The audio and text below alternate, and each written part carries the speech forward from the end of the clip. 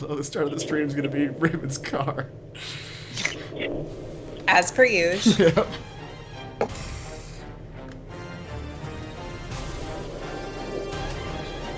At least they called me an hour before, not an hour after. Are you on your way home from work? Yeah, they called me in for a vacuum delivery.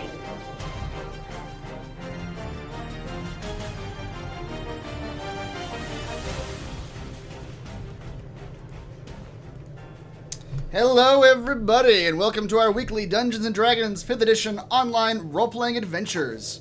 We live stream our sessions every Friday evening. You can keep up with our adventures on YouTube, as well as catch weekly recaps on roguewatson.com. I'm Chris, your Dungeon Master, and I am joined by our awesome players. Eric playing Kazan, the half-elf Warlock Paladin. Hello, Eric. Hello, Christopher. Heather playing Brysis, the Tiefling Sorcerer. Hello, Heather. Hello. Reese playing Tim, the Warforged Cleric Fighter. Hello, Reese. Hello. Rochelle playing Corinne, the Blue Dragonborn Sorcerer. Hello, Rochelle. Hello. And Raymond playing Halfred, the Halfling Ranger. Hello, Raymond. Hello, from Christopher's living room.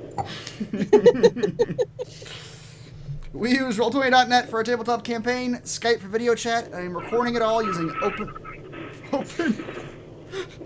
I thought for a second... That was the bug. This is where we hear Raymond's car crash. Why would you say that? That's a terrible thing to say. It sounded like squeaking tires. Oh my god. No, that was the bug coming back to get him. We're recording it all using open broadcaster software. Now I'm going to have to drive at 30 miles per hour just to be safe. Just be safe, yeah. You are Good call. on a phone, presumably. So drive safely. Previously on Storm King's Thunder, the zombie of the storm giant Bioruna towered over the party, electricity coursing through its undead body. They advanced, loosing attacks into the creature. It responded by roaring as lightning exploded from its body. Electricity coursed through Tim and Kazan, downing Tim and sundering apart his newly healed leg. Kazan sprung to his aid, reviving him, while the rest laid into the creature, while Bryces had a brief moment of crisis with an accidentally summoned fireball. Tim was no sooner up when the giant loosed one final assault, pounding the ground with a lightning slam that put him down again and almost did Kazan in as well. Fuck that giant zombie. It was the only tax the creature would get before it was destroyed. As the zombie fell, Bryces procured the Astorian artifact he had been buried with, a horn with lightning and thunder powers and resistances. After recouping in their instant fortress, the party left Birun as well and returned to Hawk's Nest. They intended to head to Everland to heal and teleport to their next destination, but instead, Pylon Cavalos introduced them to some passing dragon hunters. After a quick conversation, the party gathered that these hunters had been hired by the Weevil, perhaps unknowingly, to kill the bronze dragon Felgolos, the same dragon that had aided them in Nightstone and who was hunting Zentarum throughout the Sword Coast. They decided the smartest play was to accept the business proposition to escort the hunters to Everland with the intention of sabotaging their efforts. The first night they did just that. Kazan devised a plan whereby they distracted the hunters and Corinne would go invisible and sabotage the heavy crossbows that were fitted with nets to catch the dragon. Kazan, you got a point of inspiration for that. The next day, their efforts were rewarded when Felgolos came crashing through the trees, roaring about stolen property and Zentarum scum. Between a well-placed fear spell and sabotage crossbows, the spear-wielding brute Birkin was the only real threat, and after becoming vastly outnumbered, he surrendered in order to save his mage partner and get out alive, which the party allowed him to do. Felgolos, emitting some kind of aura of bad luck, began immediately searching for something in the hunter's wagon, and not finding it, turned his attention back to the party.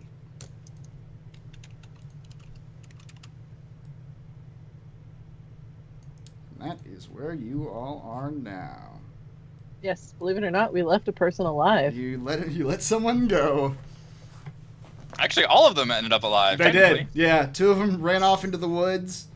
The mage was downed but stable, and you let Birkin take her away. We are merciful. That's right. We did give them graham crackers for the road, too, by the way.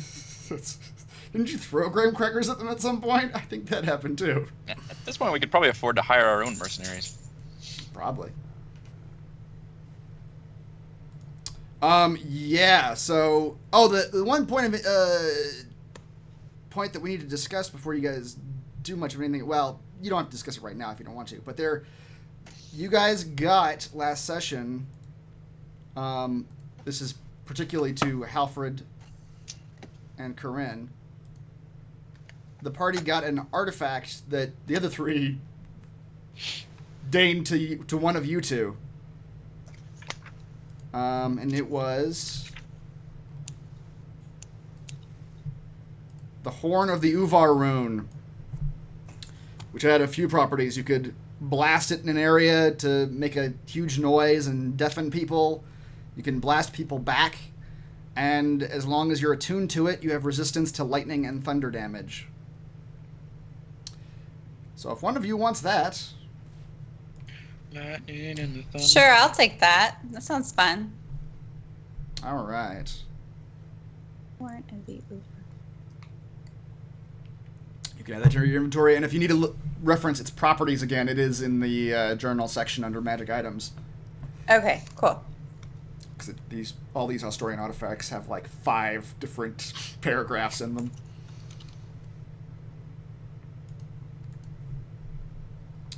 Okay, Felgolos, you guys have looted all the corpses. Felgolos did not find what he was looking for. He walks off while you dealt with Birkin and let him leave, and Felgolos comes back to you, walking up. He says, I can't believe they didn't have it. That's just crazy. I thought for sure they'd have at least some of it. Have what? Sorry we don't have your drugs, Felgolos. My pipeweed. Oh yeah, that. Forgot about that. Yan Dalla's delight. It's the only thing that keeps me in good condition, you know? No. I guess last time I talked to you guys, I didn't really go into much detail about me. I'm surprised. You're kind of in the middle of things. I was in the middle of things, chasing some Ventarum down. Well, you may not know, but I've got a bit of a nickname that isn't very nice, but, you know, the other dragons tend to be a little mean. They call me the Flying Misfortune. It's not very nice, but it's pretty accurate, I guess. It's... You see, I've always had this condition. I just got terrible luck. I've always had Want it. to be high all the time? That's not the problem. That's the solution. Oh, okay. Did the others leave you out of their dragon game? They call you names? That's right. I'm sure one dark night you'll prove them wrong. Maybe it'll be tonight. Which, when he comes up to talk to you, Kaz, Bryce, and Tim, as soon as he gets within 15 feet of you, you can kind of feel it. It just feels like something's just slightly off. Says, yeah, I've got bad luck. My friends have got bad luck. My enemies have good luck. You know, it's just sort of a thing. Can we do like any kind of like a check to see if it's like a spell or something that's been put on him? You can roll an Arcana check. See if you can. Have you always had this condition? Says, as far as I can remember, yeah. How far back can you remember? Oh, about 1,200 years or so, I guess. Good lord.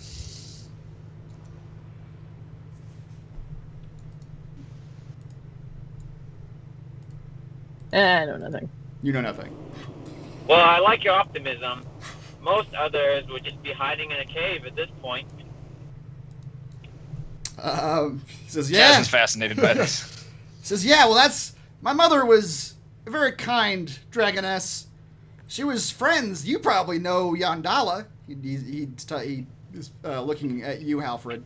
And the name rings a bell to you, Halfred. Yan Dalla is a goddess that's very popular among halflings. She's the goddess of luck.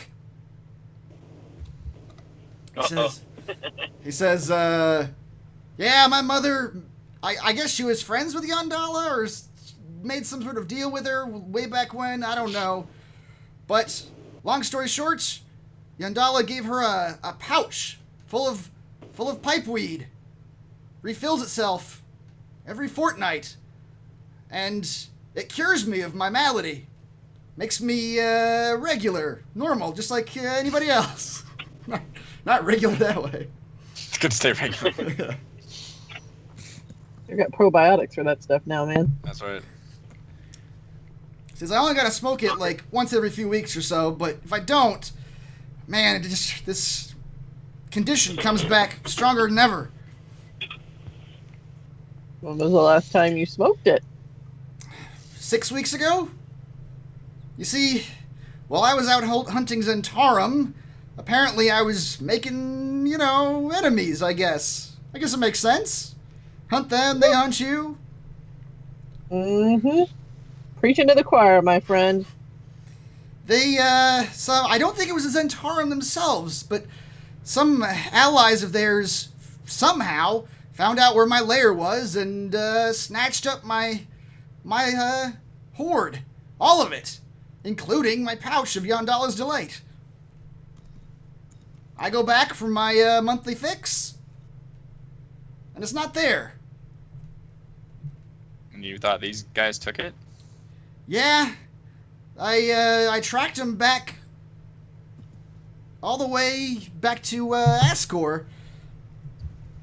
He says, he looks around you all and says, yeah, I thought these guys might have some of it, but I knew where the pouch was. He says, maybe you guys can help me with that part of this little pickle I'm in. You want us to find your drugs for you? Says, I know where they're at. It's a matter of just getting them and who they belong to now. Wait, if you know where they're at, why didn't you go there? I did, and when I saw who they were under the care of, I knew I had to get help, or get better before I went on this particular adventure. Good for you. Who do they belong to now? I tracked him back to Ascore, the desert. They took it through some tunnel, and they gave it to blue dragons. Come again? Sorry, you're going to have to repeat that one more time. I think you had a sneeze as you were talking. Blue dragons. Says, yeah, they gave it to 2 blue dragons in Ascore.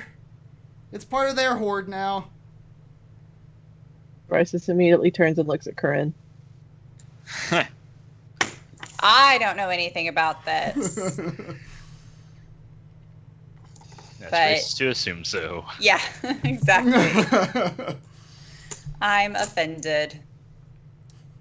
Says, So well, no offense to you, Corinne, but blue dragons are generally speaking not nice folks to hang around with. They're kind Tell of me about it. haughty and arrogant and don't like other dragons stepping in their territory. Yeah. Mhm. And I don't see the problem.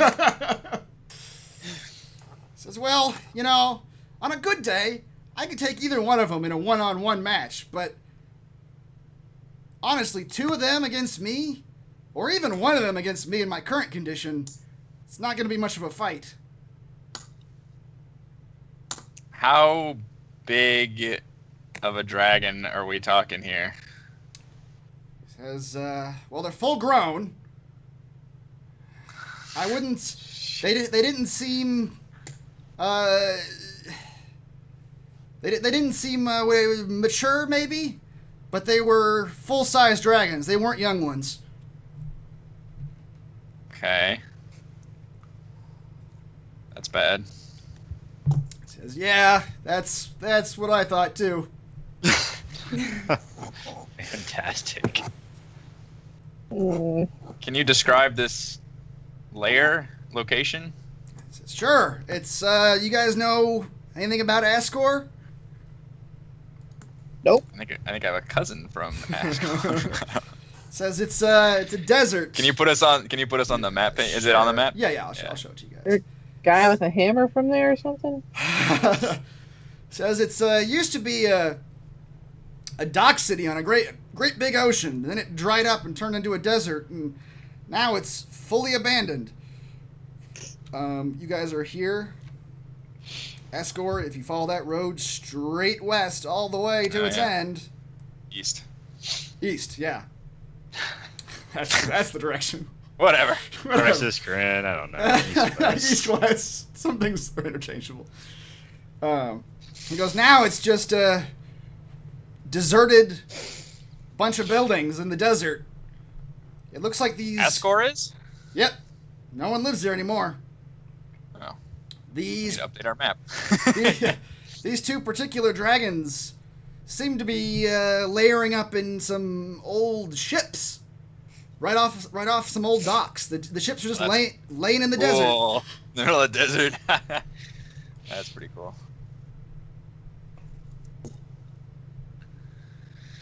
So that's terrible. There's a couple problems. I'd love to steal it and just get my stuff back and run off, but a dragon, generally speaking, he says, if you're not me, I guess. Generally speaking, a dragon knows when someone's mucking about with his hoard. So the moment I would try to steal anything, they would descend on me like nobody's business. Which would normally be fine, except I don't know which dragon's hoard my pouch is in. Oh, they're not like together? It's two different ships they're layering in. Right next to each other, but Are they like buddies or mates or what's the he goes, that I don't know. frenemies? They're separated. Yeah. It's complicated. Oh, Is boy. it an open dragon relationship? Kurt and Bryce just say that simultaneously, and he's like, yeah, maybe, I don't know. Give each other a knowing look. Hands on hips. I feel like I've lost this conversation. I have an idea. You pick one of the dragon groups, and we'll go to the other one, and due to your misfortune, we'll be the one that find it. He's like, that's... Is that how it works? It's like a fake destiny thing? He's like, that maybe is not a bad idea. I don't know if the luck works like that or not, to be honest. It usually... You said you might be able to take a dragon on one-on-one if you weren't feeling this way. So do we need to find you a hit before we go and get your stuff back? So that you're not luck malady? I don't even know how to describe this fucking condition. Says that would certainly help. Between all of us, I think, I don't know, maybe we might all be able to take on both of them if I was full strength. But as far as I know now, my only source is in one of their hoards. Can't find this stuff anywhere else? Nope. At least not that I know of. From my understanding, it was a gift from the goddess Yan Dalla to my mother. How much stuff do they give you? It's a pouch, but it's magic, you see. It fills itself back up every... Okay.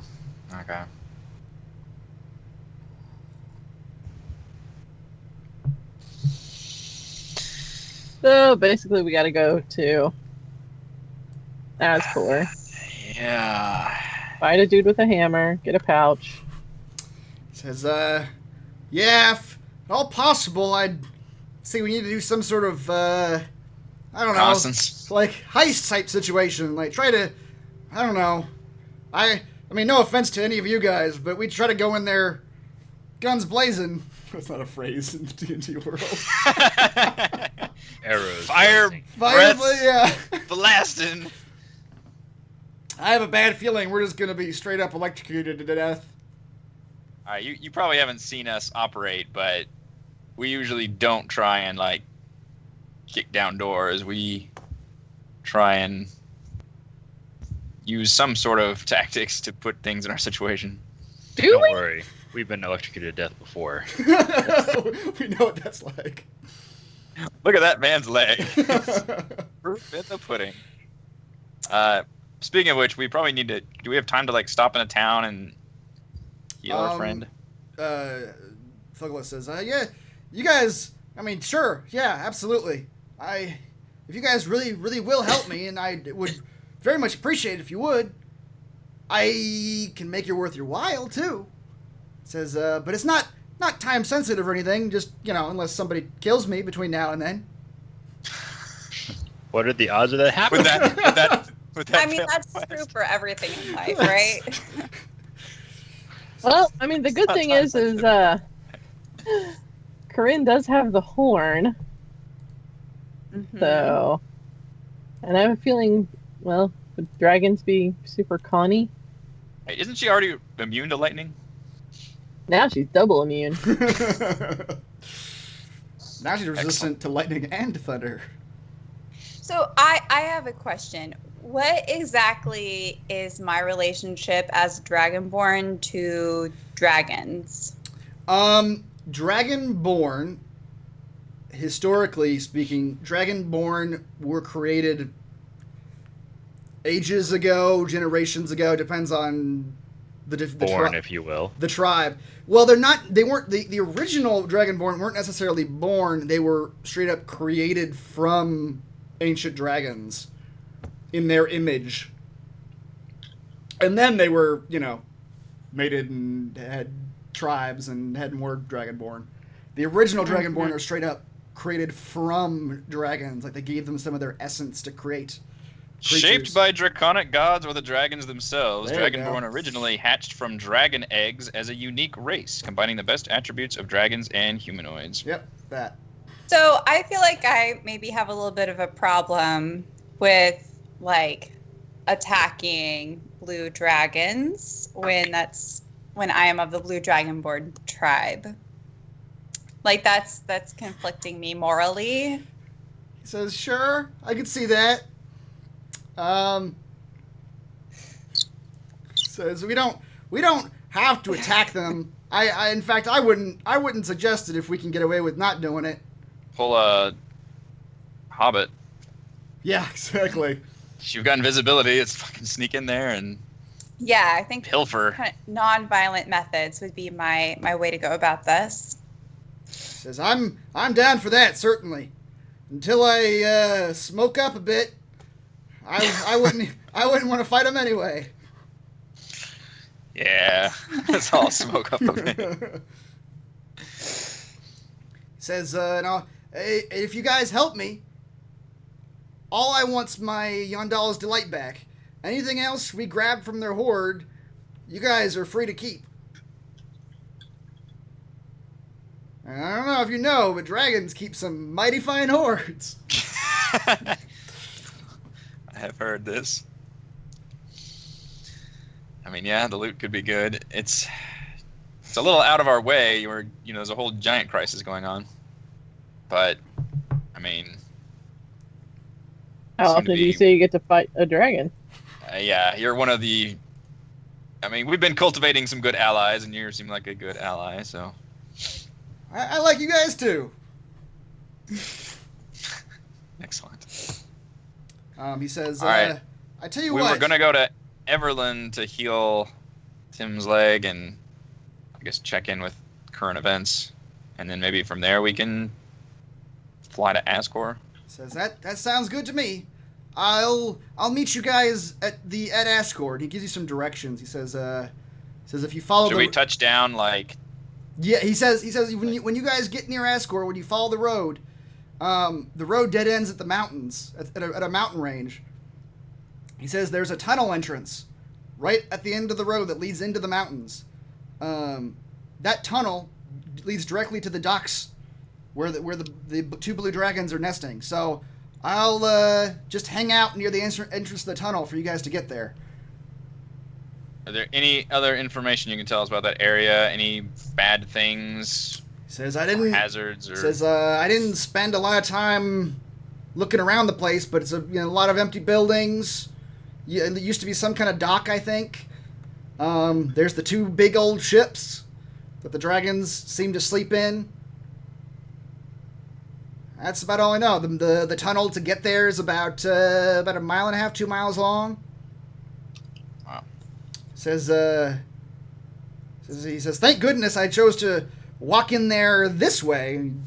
Little motions to his halfling body. He says, if I had tried flying over the mountains, they would have spotted me miles away. But the tunnel leads right up into the little city area there. do they not know about that tunnel? It didn't seem like it. I hung out there for a few days just watching. Okay. Because I've taken tunnels before, and they were well guarded. I didn't see anybody in these. Looks like a deserted desert town to me. Says, okay, well, you guys, whatever you need to do, I can be patient. I'll wait at the entrance to the Ascore tunnel, and I'll meet you guys there whenever you can make it. I really appreciate this, guys. I really do. All right, good luck, man. We'll meet you there. He turns, his halfling body morphs into the giant bronze dragon, and he flies away. And you all have a quest. The flying misfortune.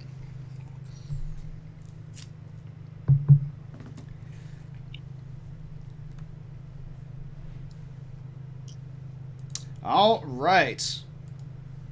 So at this point, you all have looted everything in here.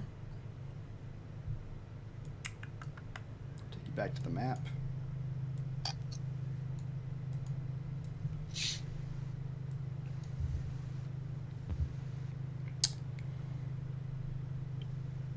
Did we loot all the stuff that we typed at the end? that they had? Raymond, Halford was going to take some of this stuff if Halford was interested. What the dragon hunters had on them was, if you go up above the Kazan's experience points thing, you can see what they were carrying. But the interesting thing that they thought you might want, there was a heavy crossbow, and there were 3 crossbow bolts that launched nets for catching large creatures. Apparently the dragon hunters were going to use it to try to catch Felgolos and keep him on the ground. Nobody else had proficiency with heavy crossbows, so you may not either, but... I know, is the heavy crossbow too heavy for me to use? That's a good question. It might be with disadvantage. I have to look that up. We had this problem with the longbow. We I don't know what did, the trick yeah. was. Is it, if it says heavy? I think so. I think that's it, yeah. So yeah, if you were to actually try to fire these nets, it would probably be with disadvantage. Can I do 100 push-ups? Over many Might days. still be worth it. You have like, what, a plus 11 or something? If you ever need to shoot a damn net at something. Oh, does the net only work with the heavy crossbow? Right. There are these 3 crossbow bolts. They're bolts with nets attached to them. I'll copy and paste a description here. Alright, I'll try it. Why not? You can fire it at I think it's a large or larger. A large or huge creature hit by the bolt must make a DC 15 Dex saving throw. The creature is restrained on a failed save or has move speed halved on a successful save. The nets have no effect on medium or smaller. The creature can use its action to try to escape from the net, or someone can cut the net. Okay. Do I have any other bolts? There were 40 crossbow bolts in the back of that wagon, so you can take as many of those as you want. Take all 40. Sounds good. All right. You guys are just about 20 miles out of Silvery Moon, 40 miles out of Everland. Are you guys just going to fly straight to Everland at this point? Yeah. Okay.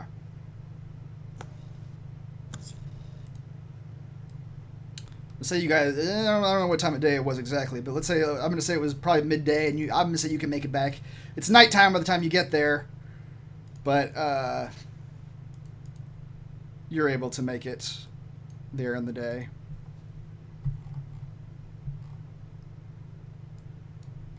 Where are you guys going? To the hospital district. The hospital district. I don't know if there's actually a temple already marked on here. I can find out where it's at.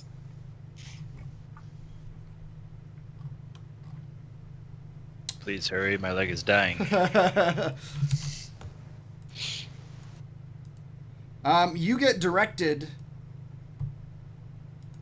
to a temple in the north end of town. It's an all-faith temple, which is just, generally speaking, just where everybody can go to worship equally. You go in and... all faith. All faith. The equal religion. That's right, the all faith. The all If you don't like all faith, then fuck you. We have no place for you here. And you get, when you guys present your problem to the priest at the All Faith Temple, you get a similar reaction that you got at Yartar. One of the priests is like, I don't, and he once again tries to sort of talk to someone other than Tim. He's like, I don't know that our magics will work on this. It'll work. It'll be fine.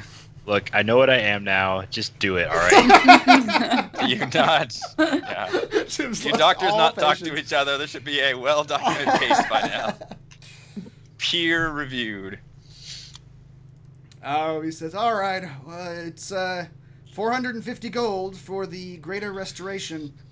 It was 300 at the other place. Yeah. You guys wow, it's 450 here. Ooh, the Everland Hospital is more expensive. God Well. damn Republicans. We need to get down the adventurer's insurance plan. 300 at the other place, and they guaranteed it would work. You're charging us 450 with a minor promise? And the chance to work on this fine specimen. Hello. Hard labor bites. You can charge 3 just like everybody else. He says, where did you go that charged you $300 to restore a limb like this? Waterdeep. Says, oh, well, they would... What was They would... It wasn't. It was not Waterdeep. No. It was Yartar. Tribar? It was Yartar. Yartar. Yeah. Waterdeep. He says, well, that's a bigger city than Everland. They would probably know better. Roll a persuasion check, Bryces. Okay. Or roll a deception check, actually. Okay. You're straight up deceiving this guy.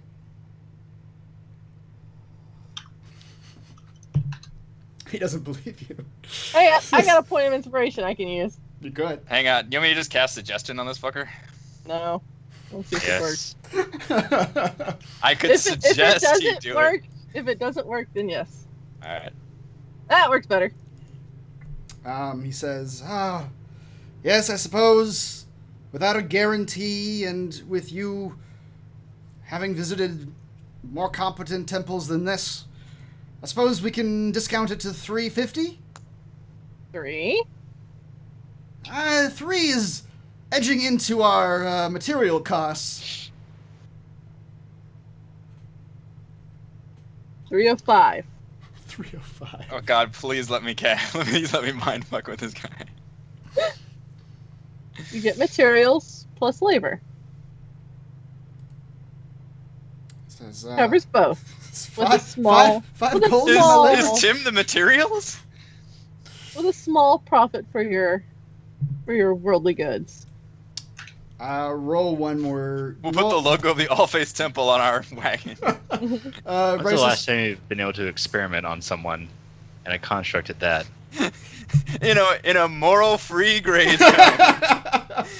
Exactly. So that's interesting. It is. Mm-hmm. Tim, My body is. He'll be unconscious. My body There may is or may willing. not be a leech involved for you as well too. Tim, That's Tim. the surprise. Open it up. My God, he's full of leeches. Tim, will you roll a persuasion check, please? Oh. You bet.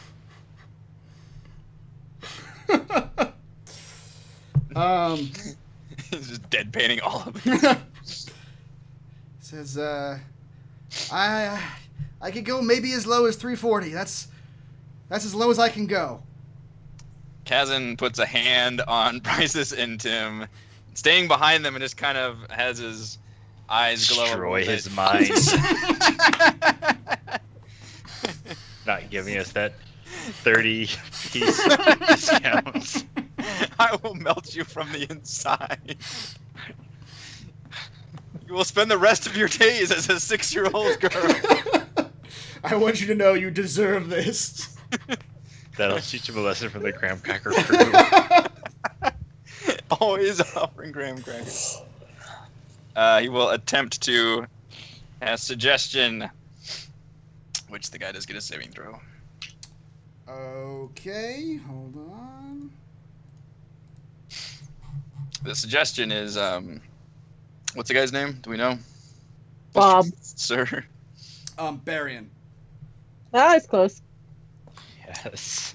It's like I can do a sentence or two, so I will say, Barian, you are a fine doctor willing to help the people all the time. This man is in so much need. It would do your temple so much good to operate on him for the minimum cost of 100 gold, and you would be so pleased to do it. All right. How long does this last once you do it? It lasts for 8 hours. Okay. It's a wisdom saving throw. The priest does not make the wisdom saving throw. As his eyes turn normal again, and he smiles and nods at the man. Says, well. Is his brain melted, Kazan? Kazan gives a reassuring pat onto Tim's shoulder. It is melted. Excellent. Now, husk of a man, heal my leg. Oh, the man. That's a good point. I melted everything except his surgical ability. That's all he can do. The man comes in real close and he says, both the Kazan and Tim, he says, I feel like I can trust you, and I'll help you, my friends. Come with me. You can pay just the real materials cost, just the 100. This will come in handy for my next mangled limb. Exactly. You should just buy extra while you're at it. Who is paying the 100 gold? I'll pay it. Okay. The priest takes you to a bench and lays you down, and he pulls it, and he does procure the bag of diamond dust that you remember from the last time, and he spreads it over the leg and says Sprinkle it. says some Slowly. words, Right. rubs it in. And all of unlike the last time where your leg was just a limp noodle mess, this time the electric scars that have sundered your leg into pieces now form back up, and your leg feels whole again. Yes. Now kick the man in the crotch. She says, You are my friend, yes, Tim? Always. I am very happy to have helped you. Good. Wash my feet. That was not part of Kazan's. Annoying to me.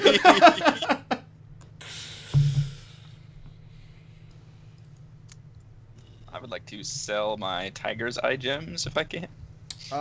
Tim actually is going to ask him, how melted is your mind? Says, my mind? I don't think my mind's melted at all.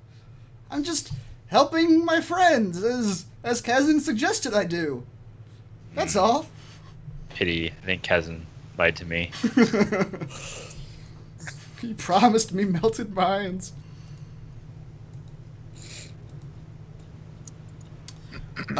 Selling your gems. Yes. What were they again? I have 2 tiger's eye gems.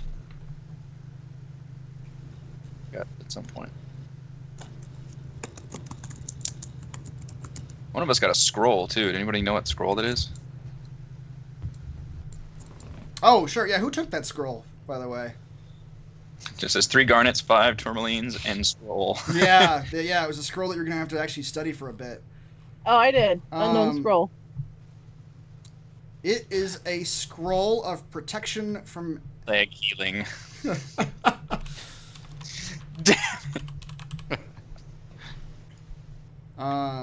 Protection from energy. It's a scroll of protection from energy. Well, that's lame. What kind of energy? It's your choice. Oh. It does this. It lasts for up to 1 hour. Yep, that's Tim. Well, I guess we just touched It does. It is a. It's a spell that can be known by clerics, druids, rangers, sorcerers, or wizards. So, I think the way the scrolls work is that anybody can attempt to read it, to cast the spell. Some kind of roll with it, I think. Yeah, if you already know. I'll look it up, but I think those who know, if you're a cleric or a sorcerer, are the two that are applicable here. You can just straight up cast it from the skull. You don't have to make any rolls or anything. Okay. I think if it's somebody who's not capable of casting that spell naturally. Who can cast that? Clerics, druids, rangers, sorcerers, and wizards. Everybody but me. Yeah, I was about to say that's most of us. Yeah. All right. I'll still give it to Tim then, I would think. That's the name of And it. he can just touch himself. I'm good. But the lightning resistance. What are the odds it's going to happen again? Oh, God. We're We're going to go after some blue dragons. I think they shoot lightning balls out of their eyes and fireballs out of their asses. In fact, I dare the DM to do that. Oh, Jesus. All right, can we purchase any scrolls of greater restoration so we can field medic heal him? Fine, I'll take the scroll. Dale from the stream chat says that Tim is actually a bunch of leeches that band together to form the construct similar to Voltron. Maybe. The tiger's eyes. Just he's like 5 big leeches though if he's Voltron. I know. Each limb is an individual leech. Yeah. Why are we taking him to a cleric then? We should take him to a vet. Yeah.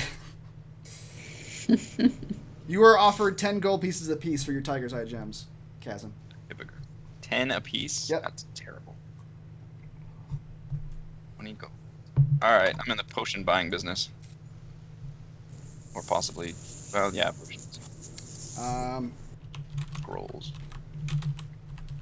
Potions or scrolls? Okay. Let's see. I got money. I got no expenses. Let me buy things.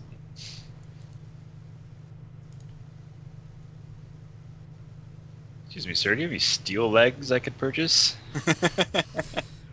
Unbuzzable. Unsinkable legs? How about we just replace your legs with like tank treads or something?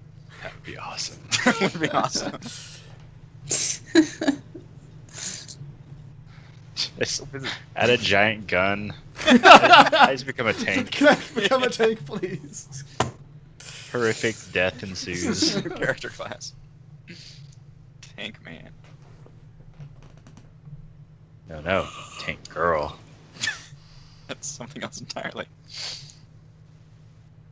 I'm looking at. Hold on. I'm looking up potions. As in You do find an alchemist in town, Kazan. He says, I have a variety of potions to offer you, good man. What is he looking for? I don't know. What do you got? The vast majority of people... That will keep me alive. The vast majority of people are looking for healing in their potions. Healing is good. He says, I can offer you... Scratches. Rubs his various scars across his body. He says, I sell potions of healing for 50 gold pieces apiece. Potions of greater healing for 150. 150? They're only twice as good as the other ones. Why are they 3 times the cost? Because you get that at one bottle, my good boy. It's like the mini bottles of contact lens solution. Mm-hmm.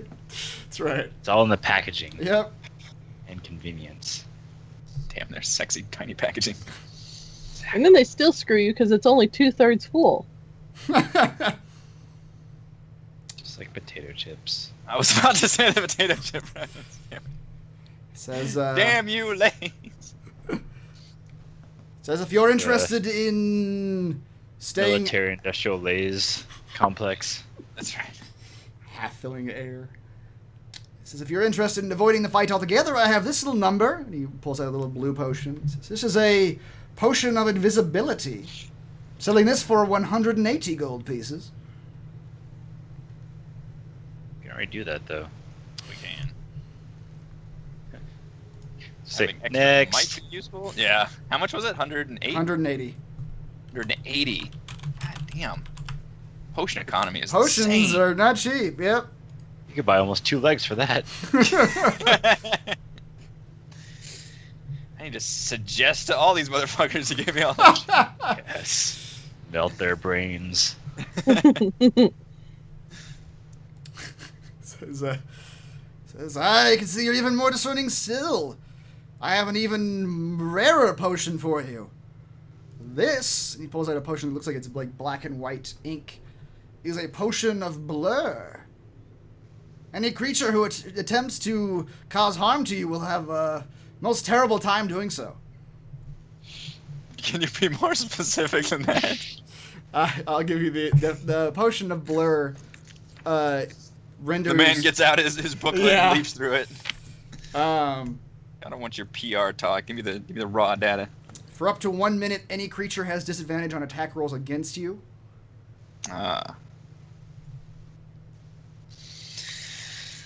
How much is that potion? 300 gold.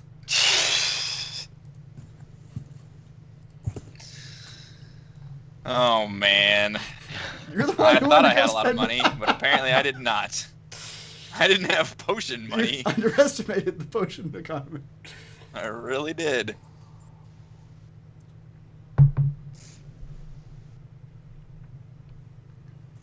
There you go. That. That's it. Alfred's behind me just firing off the crowd. Clunk. Yeah. Can I sneak off and see if I can find like you know how I the not so legitimate sellers of things? Okay. Sure. Maybe the less than legal Yeah. practitioners of potion making. All right. Yeah. You can do that. I got some mushrooms I could sell. Okay. I might have like 17 poisonous green mushrooms. Okay. You ask around some of the town and the market, see if you can find anybody who is interested in maybe not legal potions, and you do end up being directed to a person who seems to run a simple ration. What do you call it? Corner store type place.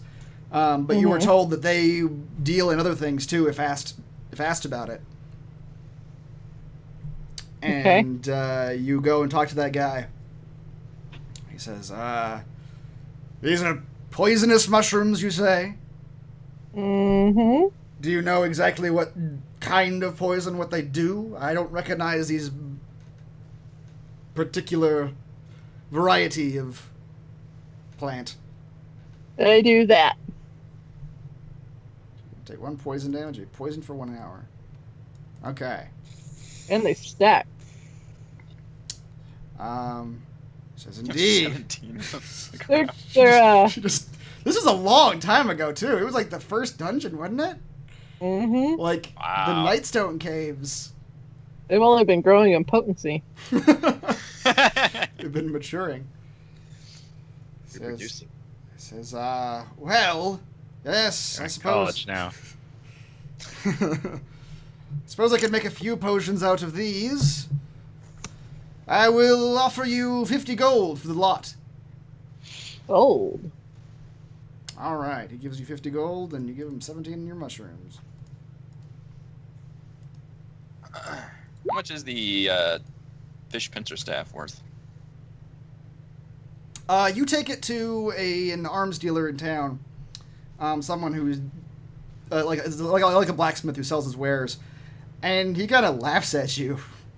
Says like, "Who in their right mind in this town would want to wield that thing, son?"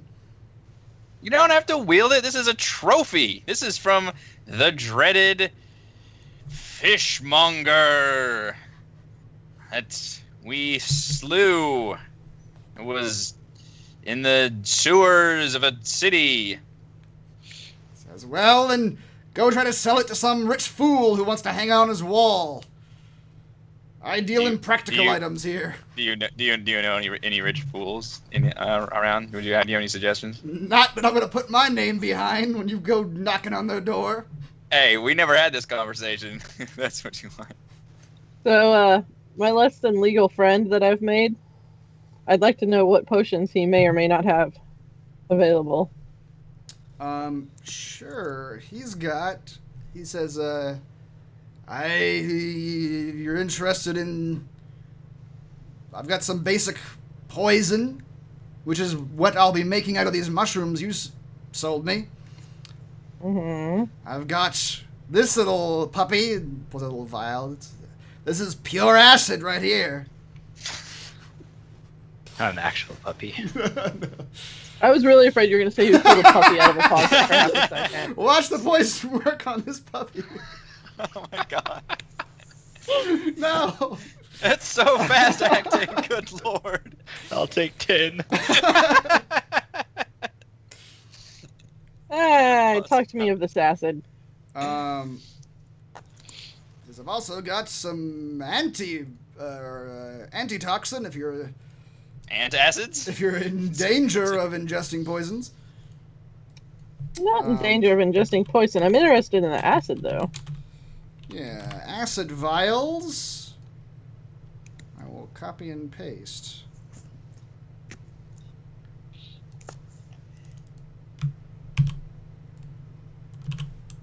That is what acid vials do.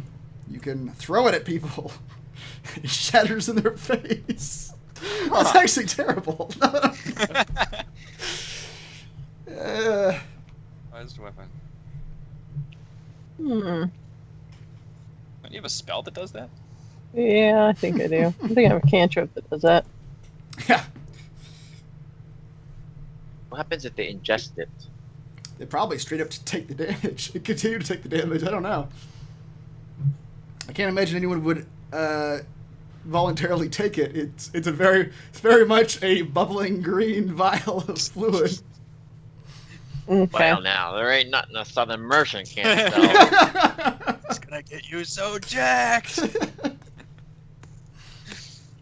A good salesman can sell anything. I'll take it. You want to buy the acid? Of course he does. He is selling the acid for 25 gold pieces. How many you got? I have 2 here. You want them both? Oh. All right. Yep.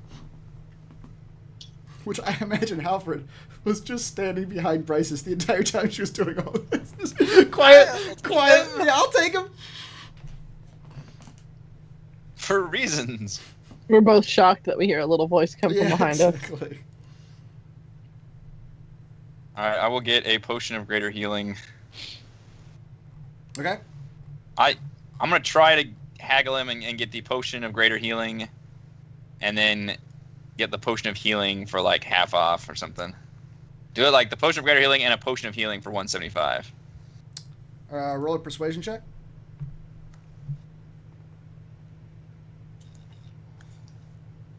He says, "Sure, son. That's that." I haven't seen much business here lately, and I'm willing to put up the money right now. He says, "Yeah, that sounds good to me. It's a solid sale for the day. There you go."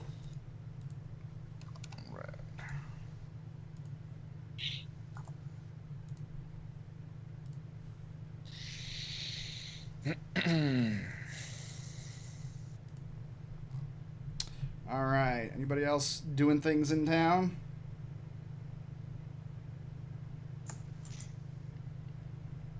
I'm good. Nah. Okay. Did you guys Not yet. did you guys land on Moongleam Tower, or did you just go into town and stable your hippogriffs and all that? I figured we landed on the tower because that's where the hippogriffs sit. We've had to talk our way through the. No, they place, would though. they would know who you are. You still got the alliance with the Harpers, and they would let you through. Yeah, we probably use the same landing helipad then. All right. Pad. The next day, or you guys, this was the next day because you guys landed at night. As you guys are getting ready to leave town, you're coming back up to the tower. You see Rowan Valharrow coming to you. He says, "A word, a moment, if you wouldn't mind. I have word from a mutual friend of ours in Neverwinter. Yes. Apparently, you did something extraordinarily stupid and left. You'll have to be more specific, Rowan. You left a very dangerous individual free in Neverwinter. I can neither confirm nor deny these reports. I know what you did, Kazan. Miri, Greycastle, reported back. She sent word. Apparently, the Weevil, for a brief few minutes, evaded the bodyguards. She doesn't know what he did during that time, and he showed back up a few minutes later. But she is exceedingly worried about his continued presence in Neverwinter. She doesn't trust him. That said, he also sent word to give to you. He said something along the lines of a giant with a dragon skull was spotted leaving Longsaddle, heading to the northwest. Look, aren't I useful? I believe is the direct message. Longsaddle. Heading northwest. Ah. Oh, he's on his way to like Zentharl's Keep. Or the Morgar's Mound. Oh, okay. Well, shit, that's where we're gonna go initially. Before the dragon derailed us. Well, he said he'd stay and wait for us to get there. Yeah. Kron said, "That's all I have to say to you all. Good day." He leaves, Crone. leaves and goes back to his office. ETFN. Fortunately, we don't have a quick way of actually getting there. Let's try more the teleport. Gartar is the teleport. Oh, Mirabar is the Mirabar teleport. that would be the closest.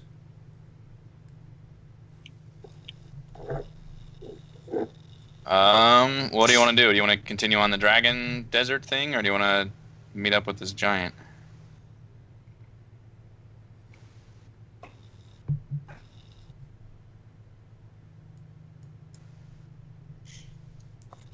What direction was the giant? The giant was spotted in Long Saddle over here, heading northwest. So he's going to the third spot that we were going to go to. Third relic location, which probably has another fucking zombie giant in there. Yeah, that's probably not a big deal. Let's go to the dragons. Do dragons first.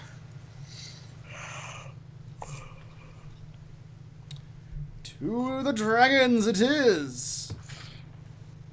Ascore is 310 miles away, which is 5 days of travel. Between How fast does that giant go?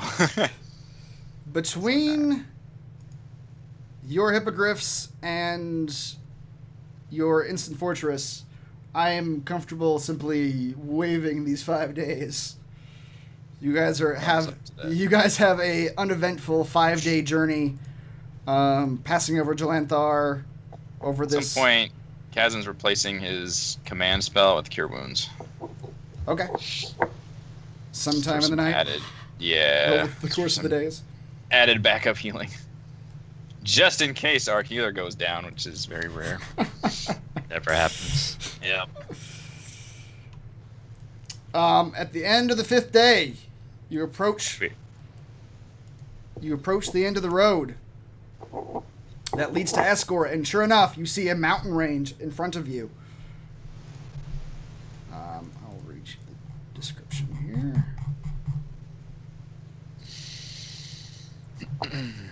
As you proceed east along the trade road, the temperature seems to rise. The air around you becomes drier, and finally a mountain ridge appears on the horizon. Drawing closer, you spot the tall stone gates that block the road's passage into the vast desert of Honorok. On each side of the massive doors are long lines of marble plinths. Only one of these, the one nearest the door on the left side, has a statue perched upon it, an 8-foot-tall dragon carved out of white stone. Sitting on one of these missing plinths is a halfling with a pipe in his mouth, happily smoking away. He waves at you as you approach. How long you been sitting there smoking? Felgolos? Says, 6 days, I guess? 5 All right. days? It's a good thing we didn't end up going west, because you would have been waiting a long ass time. Says, I told you I'd be Like- patient. Like we got an update about a giant we're looking for at a site we're looking at that we need to tackle. So let's do this. Let's do this heist thing. Okay, let's do it fast. You guys... Do you have a plan? Have you reconned the area? No, I haven't done anything. I've just been hanging out. Okay, awesome. Sounds good. You do you.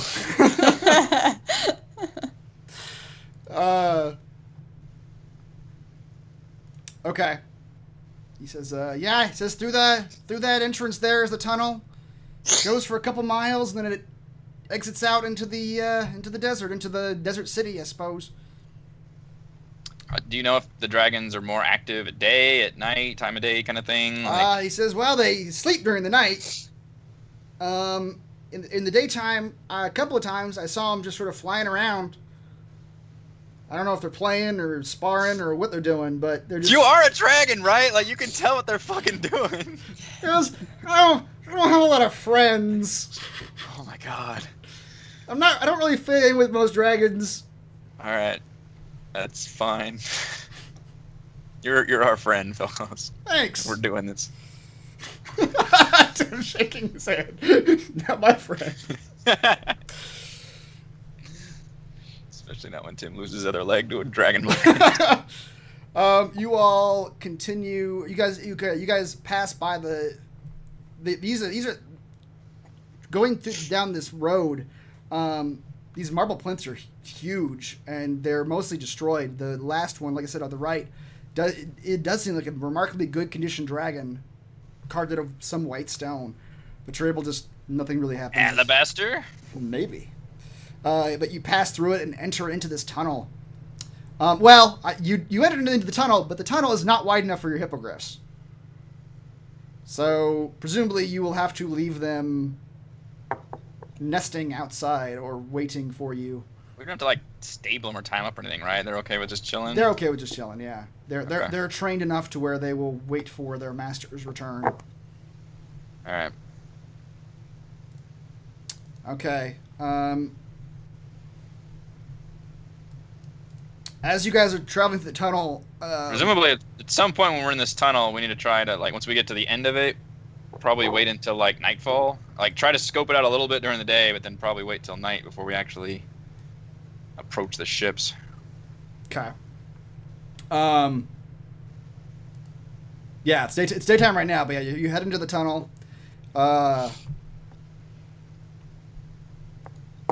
Felgolos is sticking close to you, and as he does, you guys get the same feeling again. Just that weird bad luck feeling that you did before.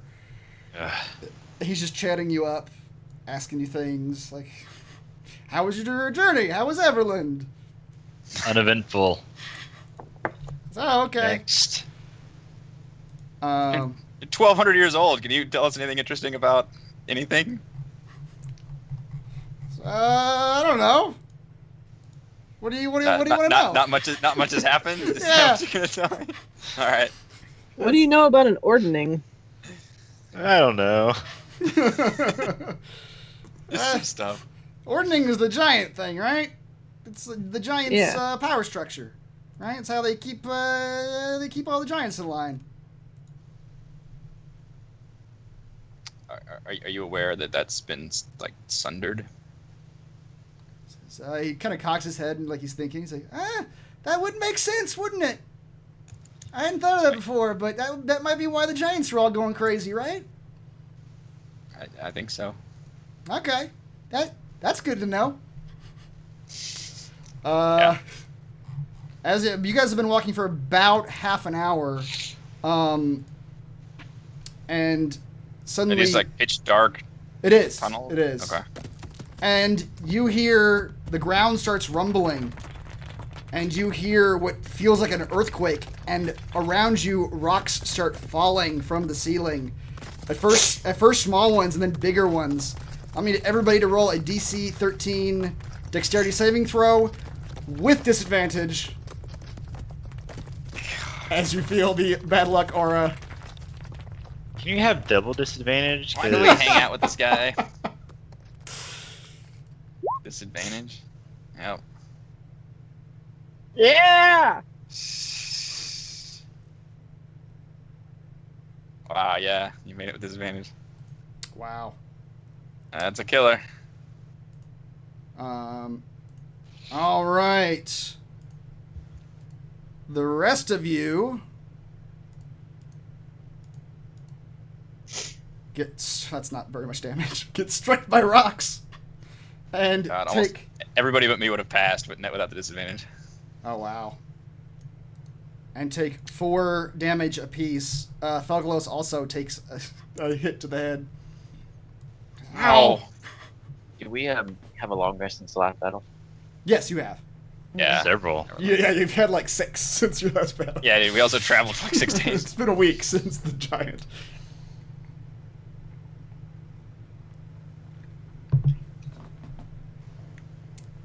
What was that all about? Says, didn't feel magical or anything, at least not to me, but it's just my bad luck, I think. This kind of stuff happens when I'm not good. Could have been up to 20 damage. It could have That's- been. Yeah, you It's not guys. good. It's not good at all. Francis is going to intentionally walk as far away from Felgolos as possible. Okay. You all walk for another about half an hour, and you see light at the end of the tunnel. Felgolos goes rushing forward, Hang on there, Haas. and when you come out of the tunnel,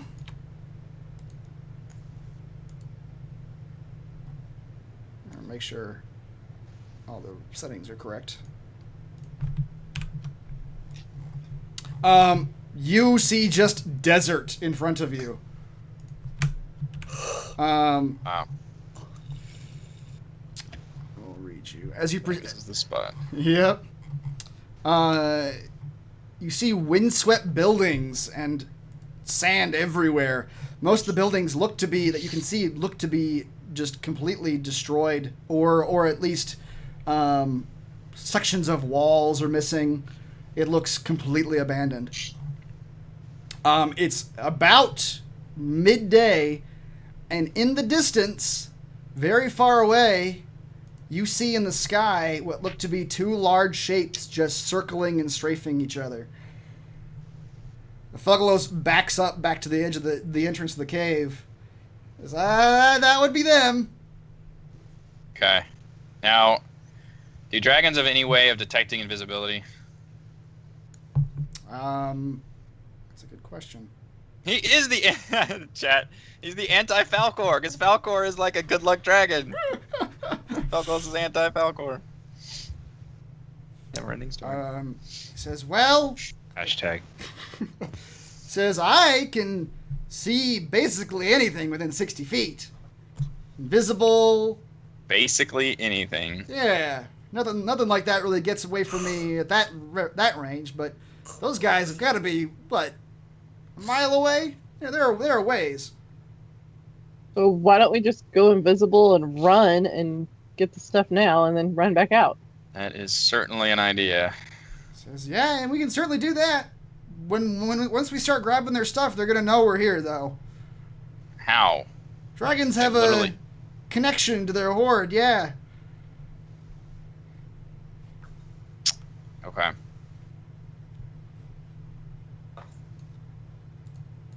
How far away are the ships? I don't know if you guys can actually see. Let's see if you can actually see them from where you're at. Tim, you can. You guys can kind of see between the two buildings that are right in front, the closest buildings right in front of you. You can see between them. You see some large wooden posts that are. Let's see how far. About 120 feet, 110 feet. You see a line of large wooden posts that seem to mark where like a water wall was. Oh, okay. And you would guess that's where the dock is.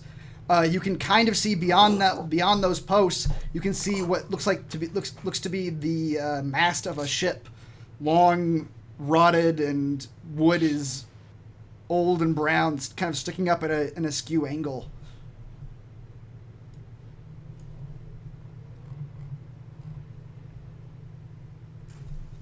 How many people can we invisibilize?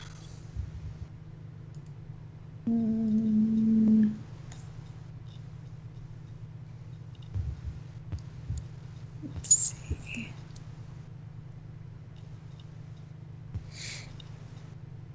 So I have my twinned spell. I can't remember now if invisibility is one that I can cast at a higher level, or Yes. yeah, Affects more people. yeah, that's so several, because it's one for each level above second level. Yes. So I can cast it as a fourth level spell to invisibilize 3 people. Nice. Yeah. That's most of the party. Even if you twin spell it. Right. So if I 6, twin, right? I don't Does think that work? twin I don't know. twin spell won't do multiplication. It's for spells that can target an individual. Because I think the way the twin spell is worded is if it targets one creature, you can split it to 2. I would say you could probably use twin spell to split it to one other person. okay. The higher level stuff Fair. is just an extra thing you're doing with invisibility, though. Right. Yeah. So 4 people. Felgolos, do you have any spells? No, I was never much of a spellcaster myself. Okay. Alright. The invisible plan is good. And do they generally just stay up there and fly around? Or He says, from what I could tell when I was watching them earlier, they'll do this pretty much all day. and then they'll come back down sometime in the evening. Do they Well, eat? this is probably safer than trying to sneak in when they're sleeping right on top of it. What do they like to eat? Half-flying halflings. Says, "Oh, I don't know. I mean, I know what I like to eat, but I don't know if they like to eat the same sort of things. I like deer. I like." All right, never mind. Okay. I will stand back and not be invisible. Be the sniper. If from behind. need be, Felgolos, could you provide a distraction? He says, "Yeah, sure. I mean, I could. Listen, I could even in my current condition, I can take one of these guys on for, well, yeah, a while. I don't know if I'll actually be able to beat him in a fight, but I can certainly distract him for a good long bit." All you need to do is distract them long enough for us to get the stuff and then run like hell back into this cave. Okay, I could do that. I don't know what your exit strategy is, though, but If I'll help you distract them. once you guys are safely out with my pipeweed, I mean, look at this tunnel. He points to the tunnel. He says, "It's tiny."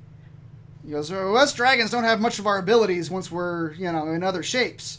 So if we retreat into this tunnel, I think we'll be all right."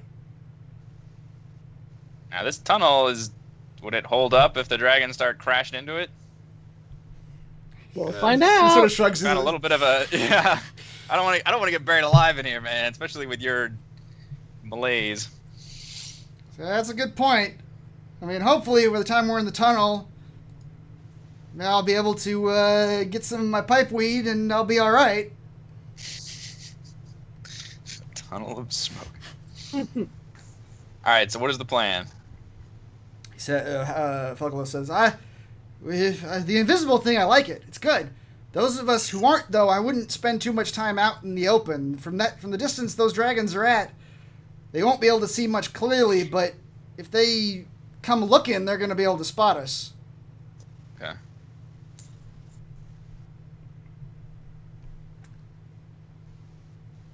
Well, it sounds like you and Halford was going to hang out near the cave entrance, and then when you see those dragons, notice that the horde, or notice anything weird, like they start diving back down towards their horde.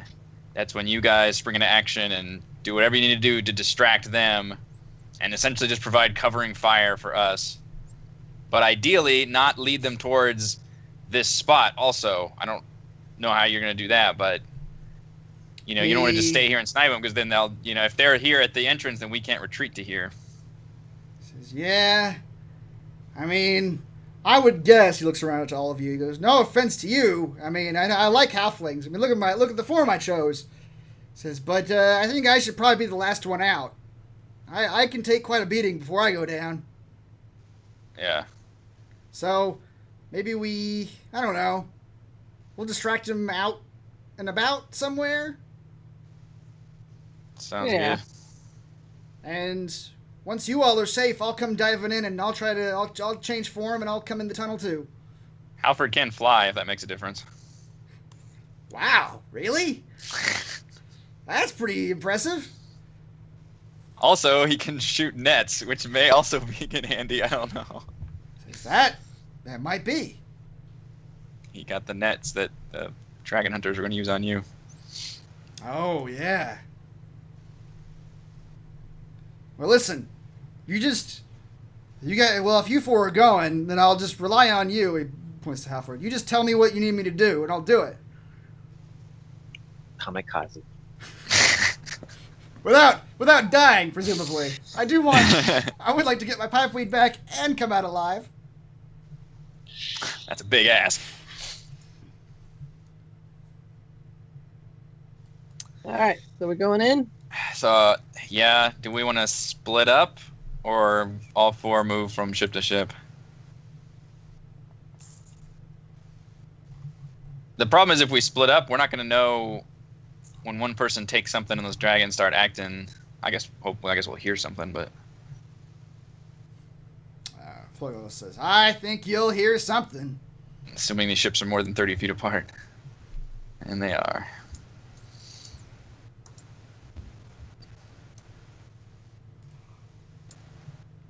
but we would cover more ground if we split up. So I don't know. It's a tricky situation. Well, you guys think about it for a minute. Let's take a break. And when we come back, you guys can... I thought that was Felgolos talking for a second. My break voice is the same as my Felgolos voice. Yes, it is. We will be back in just a moment.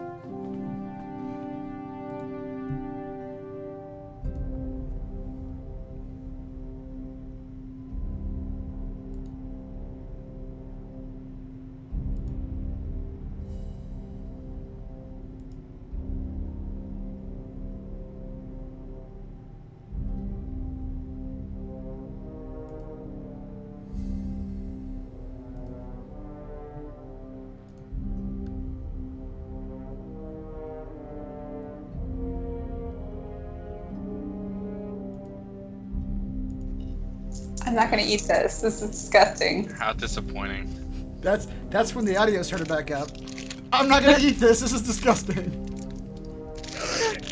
That is literally We're down- what she said. We're down to our shitty Halloween candy. Oh, Man. that's We ate all the always good stuff. that's always the worst. Yeah. Which- I took all of our crappy Halloween candy to work to get rid of it. I'm eating Swedish fish. I can't throw it in there. Which, by the way, between the It's so right. Houston Astros in the World Series and it was really bad, and like a drizzly Halloween night, we still had over 3/4 of our candy left. Oh, wow. Really? Wow. Slowly eating it over the past month. Yep, I went through all of our candy and took all of the crap candy to work. And it was gone in a day. And I took a gallon size, completely full bag of candy to work. Nice. People are animals. Hi, Mitter Man. Hi. What? You told me to throw it. Hi, Mitter.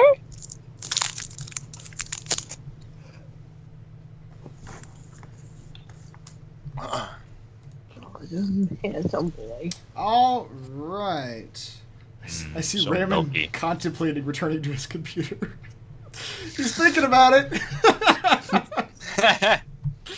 Come at arm's length. Debating on if you should go check for the giant bug. Keep him waiting. Yeah, he infiltrated his house. Coming for him. He doesn't even know it. Hi, sister. Oh, handsome, I see ya.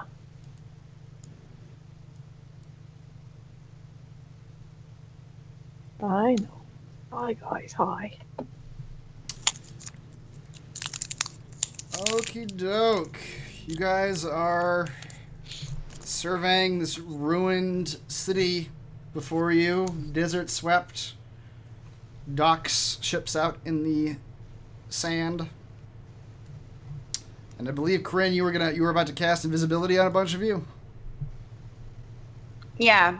So, what's the plan here? Who am I not casting invisibility on? Did we figure that part out yet? Because I can only cast it on 4 people. Not Alfred Alfred. and not Felgolos. Spare the halflings. All right. Then I'm Alfred and casting Fred. invisibility on everyone else. At a 4th level.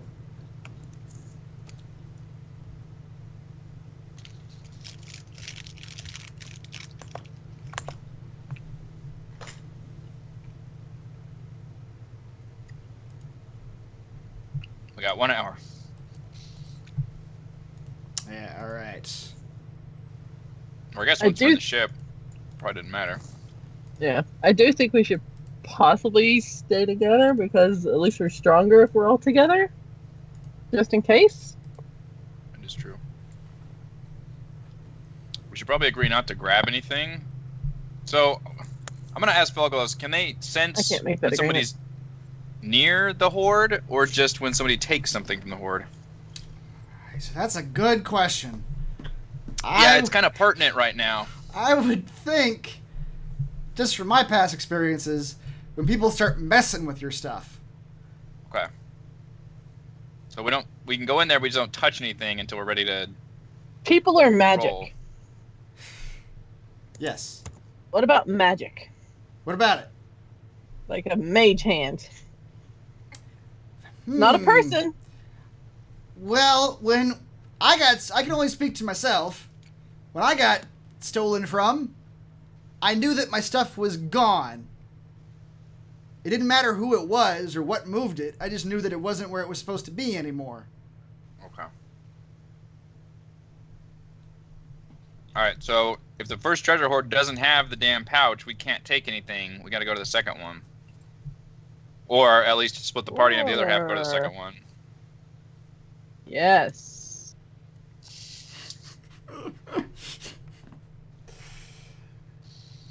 You are right. Bryce says unconvincingly. Unconvincingly.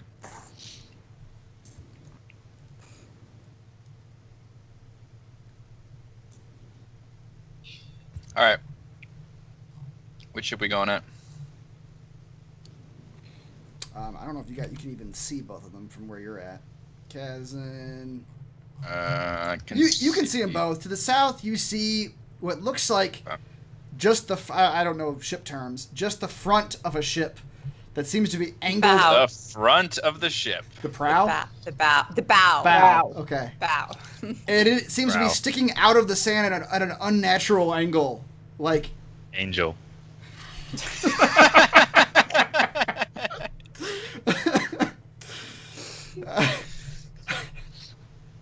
good. Yeah, now I'm thrown off. Put down all my words. It is kind of sticking up out of the sand at an angle. Kazan, you can see to the north, you see what looks like just a full, complete, undamaged ship just sitting there. It's one undamaged ship. That's over here. You just see the hull of a large sea vessel just sitting perfectly in the sand. So one of them is like half in the ground, and the other one is just. Yep. Okay. The other one seems to be just resting on top of the desert. We want to explore the half sunken one in the desert or the attacked one. Half sunken. Sounds good to me. And I assume I am perceiving like hell as I'm slowly. Kazan, you're also gonna need to probably gonna need to direct this because all four of you are invisible, so you don't know where the other three are going. Basically, we're playing bumper people. Yeah. That's true. You cannot see each other. Okay. Wouldn't we be able to see each other's footsteps, though? You can talk to each other. I mean, there's no, you're not trying to be these dragons. You can see them up in the sky, but they're a ways away. Yeah. So you could probably just talk to each other. We're moving very slow and deliberately, and I'm gonna tell everyone to head towards the sunken one at the bottom. Probably go towards the southern building near the pier, I guess. Meet up there, wait till everybody's... Oh, I see bodies. Yeah, as you guys pass by this building, like the other buildings of this town, the walls of this large building are extensively damaged. However, much of the damage seems to be newer damage. More likely the result of physical violence than just the passage of time. The roof is also collapsed in places as if something fell upon it. Inside, you can see the broken bodies of a couple people. The two that you can see look to be a brown-haired halfling male and a human woman clad in leather. They're rotting corpses. They're definitely dead, but they're not ashen bones, so you suspect there might be more recent deaths.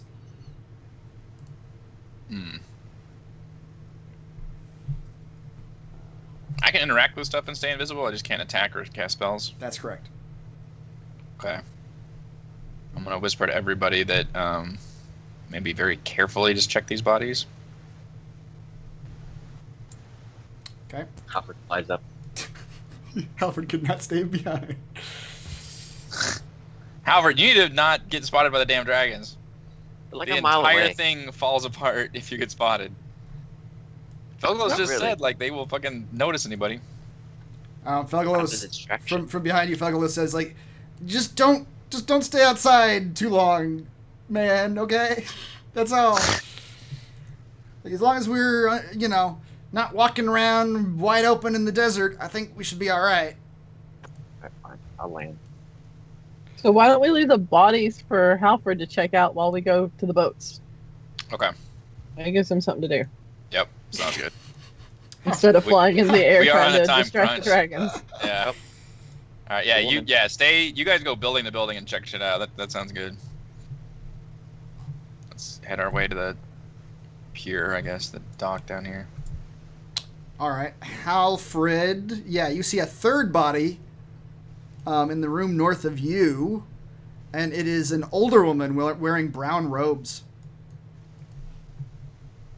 It's an adventuring party. You suspect it might be, actually. They seem to be geared up, or at least what they're wearing seems to be akin to some sort of adventuring or militaristic group. Just draw an outline. Like what they do in the old times. Yep. Are you going to actually go through the corpses, Halfred? Yeah.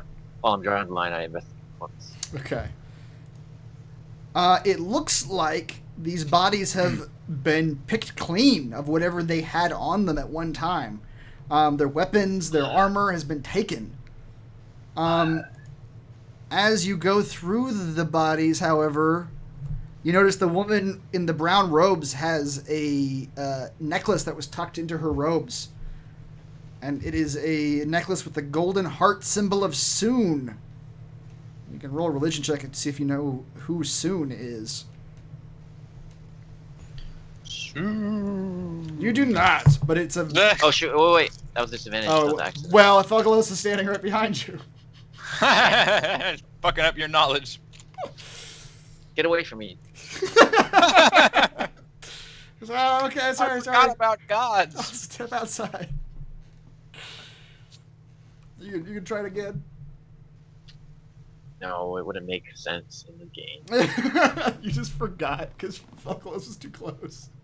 I'll try. Try again later. I'll grab the necklace. But, like The necklace. No. The necklace is very heavy and solid gold, though, so you suspect it's probably worth something, regardless of what goddess it's to. He takes it. What about me? Are you going through one of the bodies, Tim? Let's look at the necklace. Oh yeah. Oh yeah. You rolled. Yeah, you look at the necklace, and you do recognize the golden heart symbol. It is for Soon, the goddess of love and beauty. That wasn't worth it. How about this sword? Okay. Tim, you go into...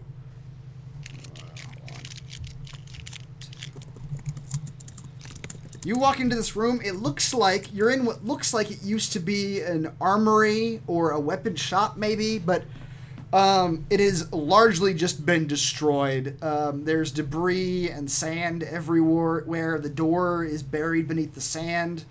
There's a roofless... the building is half roofless. You do see... Or half roof full. Yes. There's a lot of armaments laying around, and they're all just rusted and destroyed with age and time.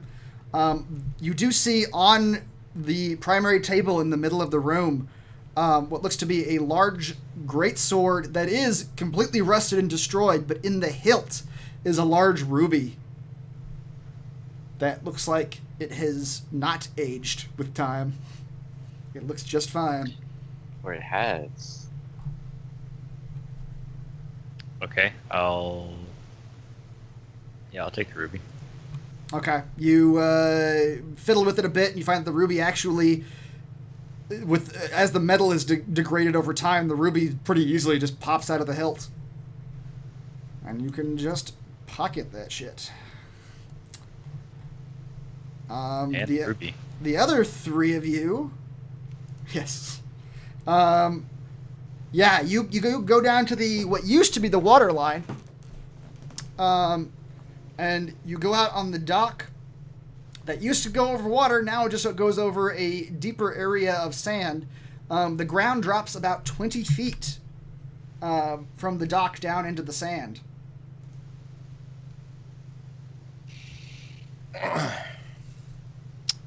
Okay. So that would actually take falling damage if we tried to drop down there? You would. The posts that are keeping the dock up could be easily scaled, though. Okay.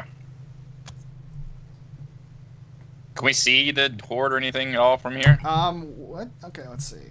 Let's see what you see. Just like I could. Is the ship like half destroyed or? Well, those of you who can see it can see it. Kazan can't. Hold on just a second. I'll read you the description.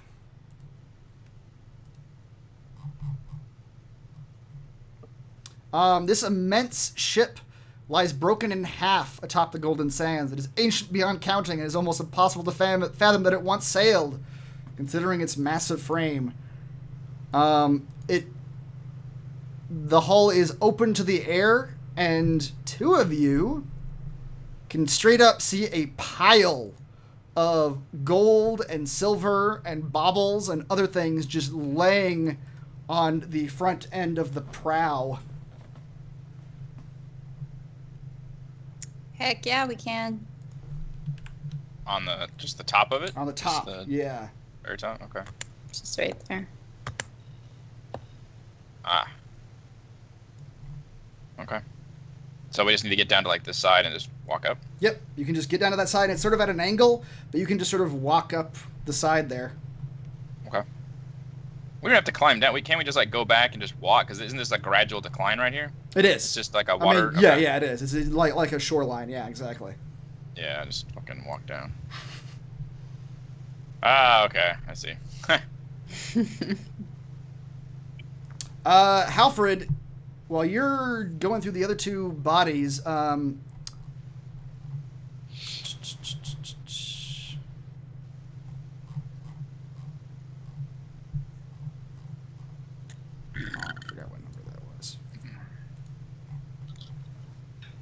woman in leather seems to be carrying nothing. Everything she had has been taken. The brown-haired halfling male, though, as you're going through his body, you notice that his boot is sort of protruding out of one side, and you investigate that, and you find that he has a small pouch on the inside of his boot, and it contains 75 gold, 20 silver, and a small wooden figurine of a beautiful halfling woman. Wooden figurine? Yes.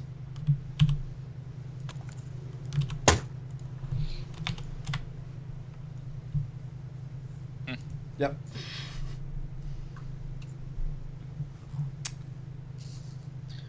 Mom? Alright, you guys are all still invisible. Yeah, okay. I hope so.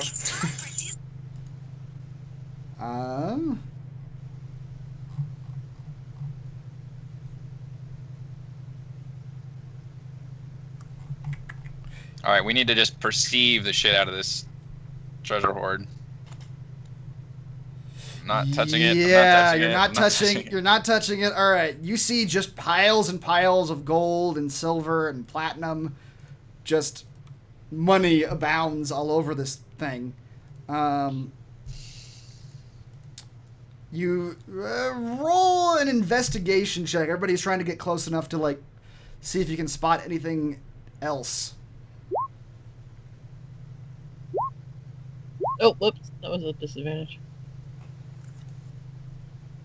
Roll a 18. Yeah. Oh, you did? Okay, an 18.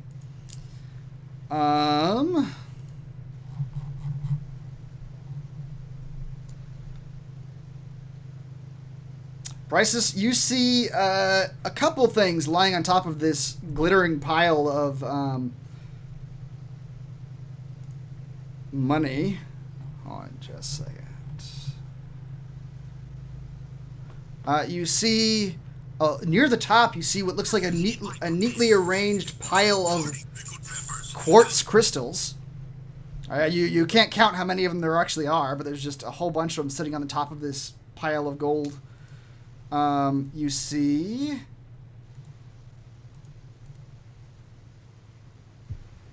what looks to be near the top. Also, you see what looks to be a potion with a deep brown liquid in it.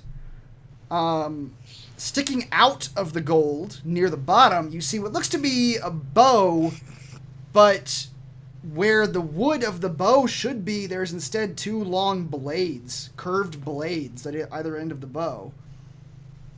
That's pretty kinda cool. And you see a rough-looking, just potato sack-looking pouch about the size of a fist. Is that our pouch? I don't know. Did anyone bother to ask Douglas what this stupid thing looks like? Fuck. Do we know what the fuck it looks like? God damn it! Somebody take a picture of it.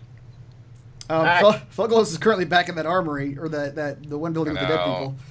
Someone run back and ask. Oh fuck. I mean, all you do is get to how many feet?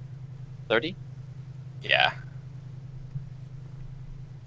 I'll take a good long look at this thing, get as much description as I can muster, and I will tell these two that I will run back and try to confer that information to Felgolos, just make sure that's the one. Okay. And I will tell them, don't move. That's exactly what I say. Whatever that sound was. Doesn't listen. I just looked over at Raymond's camera and that startled me. You run back. When as soon as I get within range of Halfred, I tell him with awakened mind that I give him whatever good description I can do of the pouch, and then tell him to ask Felgolos if that is his pouch. Okay. Hey, Misfortune. Yes. Does your pouch look like? You describe it to him. He says, "God no!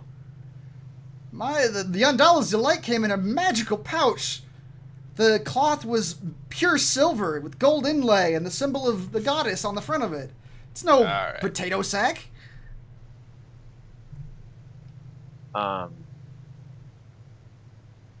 Alfred does this waving thing like, where are you?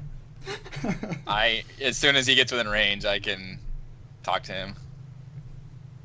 I ask him, I was like, just give me a thumbs up or thumbs down.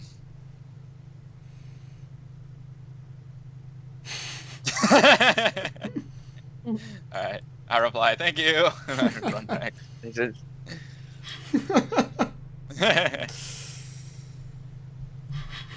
What?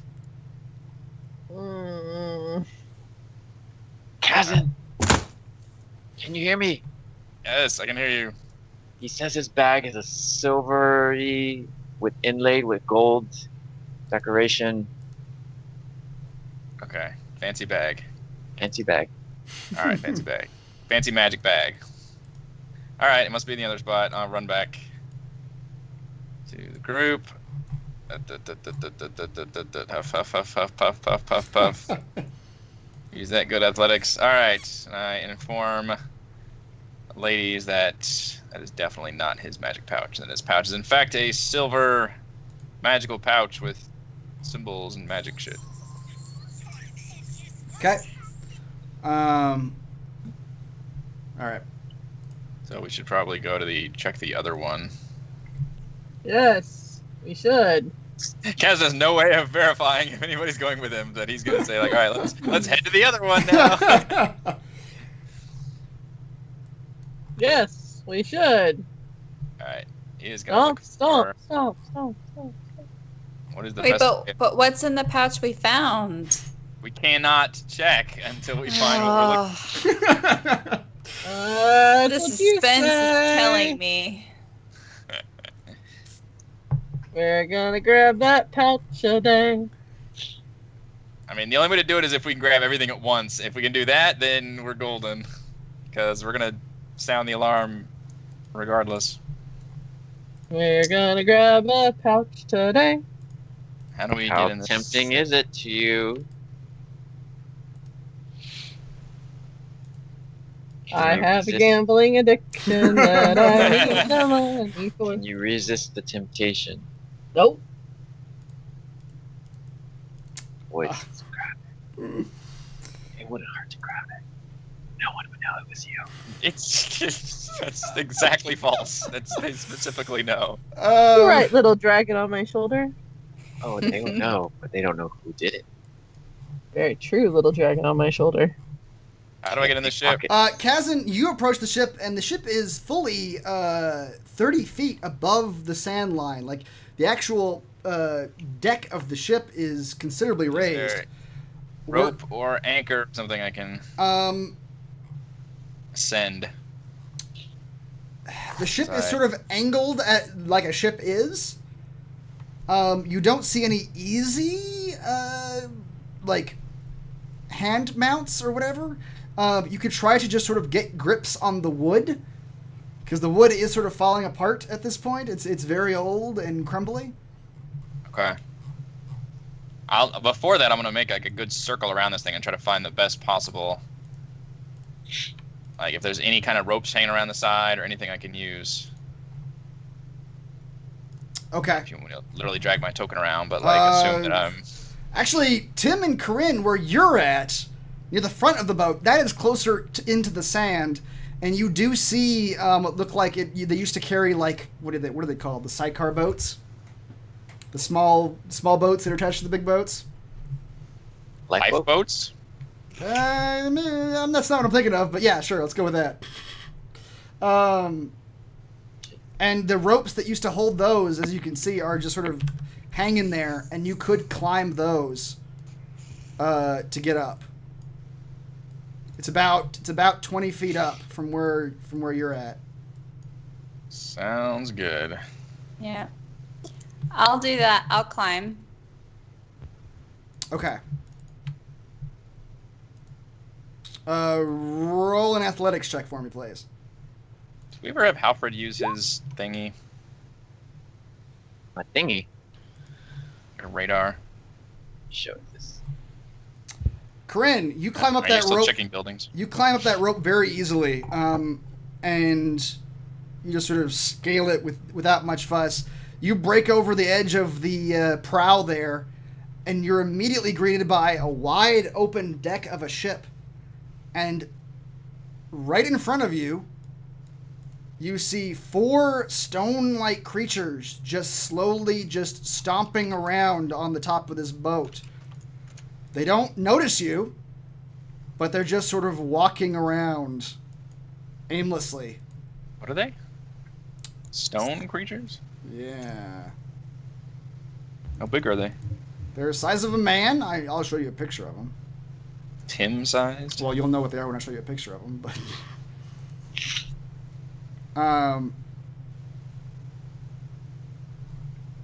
Corinne, you know enough to know that these are... in fact, gargoyles. Ooh. Oh. But it's daytime. This should be. It's not the Disney gargoyles portion. They don't seem to notice you as you are invisible, but they are just sort of stomping around aimlessly, just looking around, walking around the deck of the ship. That creates complications. Anybody else? Presumably we're all climbing up, yeah. Yeah, go ahead and roll athletics check. Everybody who's climbing up. Kazan, you make it 10 feet Jesus. up and lose grip of the rope. I don't even try. Oh my god. All 3 of you fall into... All 3 of you, please roll a 1d6 for just falling down.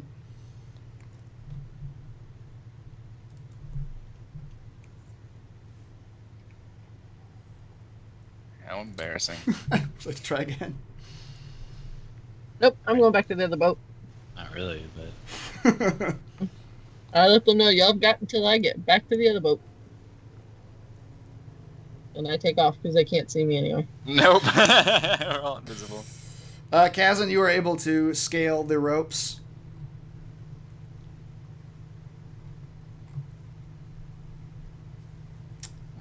Tim, did you fall again? Did you roll a 1? Yep. Okay. I sure did. Roll a 1d6 for me. Any other questions for me?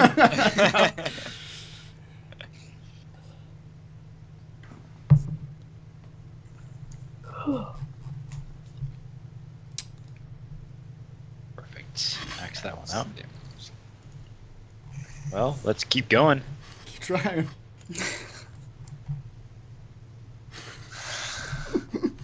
Dear God. One of you, I will allow one of you to try to go to the edge and help him up. Yeah, I can't see him. Well, that's true. You can't. Well, you can see the rope. Tell him to hold on to the rope and pull his ass up. There you go, Tim. Look, you made it. He rolled it. All right. The so ground you're able punched to- him several times. Took 13 damage, but you made it. I'm about to find out what's in that other pouch. Meanwhile, Halfred, the room you're in has carvings all over the wall. It looks like it used to be some sort of shrine or religious place of some sort. There's along the north end of the first room here. I didn't mean to bring everybody over there. You see what looks like a basin that used to hold water. Now there's just a grime with just kind of muddy sand at the bottom of this basin. There's some words carved in the wall above the basin in a language that I don't believe you can understand. What languages do you understand? Common, halfling, giant, elvish, orc. You do not understand this language. You can Alright, roll... I can probably guess it says employees must wash hands. That's a good guess. You can Can I roll a history check to see if you know what language it is. You're fairly certain this is Dwarven. Dwarven. Damn it. Another campaign where we need a dwarf. I know Dwarvish. And then in the room to the south, you see what looks like a pyramid, also with Dwarven carvings all over it. It looks to be like an ornamental pyramid with a flat roof. Roll a religion check on this place.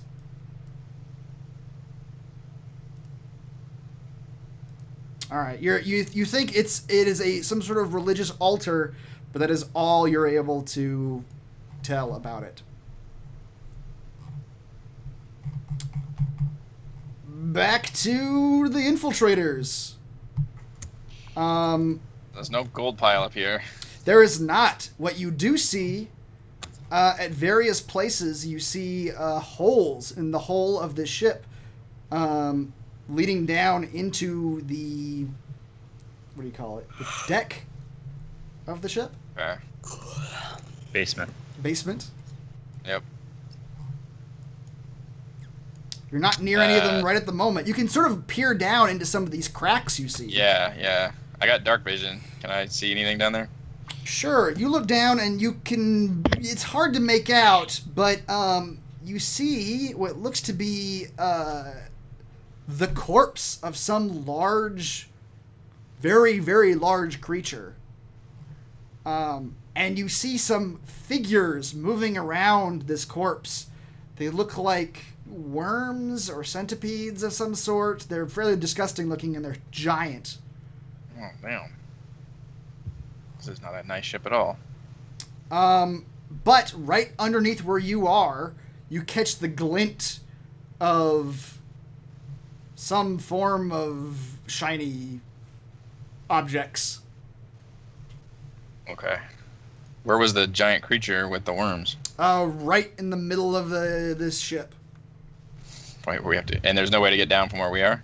Not from where you are. The closest hole is right in the middle. Okay. You could break the wood, but that might draw undue attention. It might.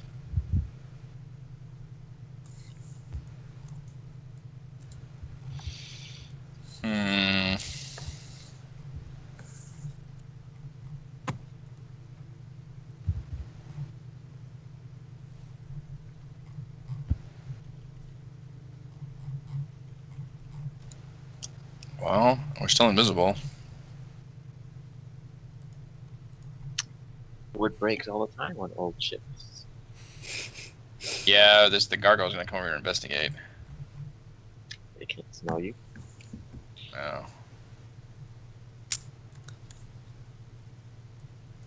What we can do is make a sound, distract the gargoyles over here, get past them, and then drop down. I like Yeah. that plan. That sounds like that would work. Yeah.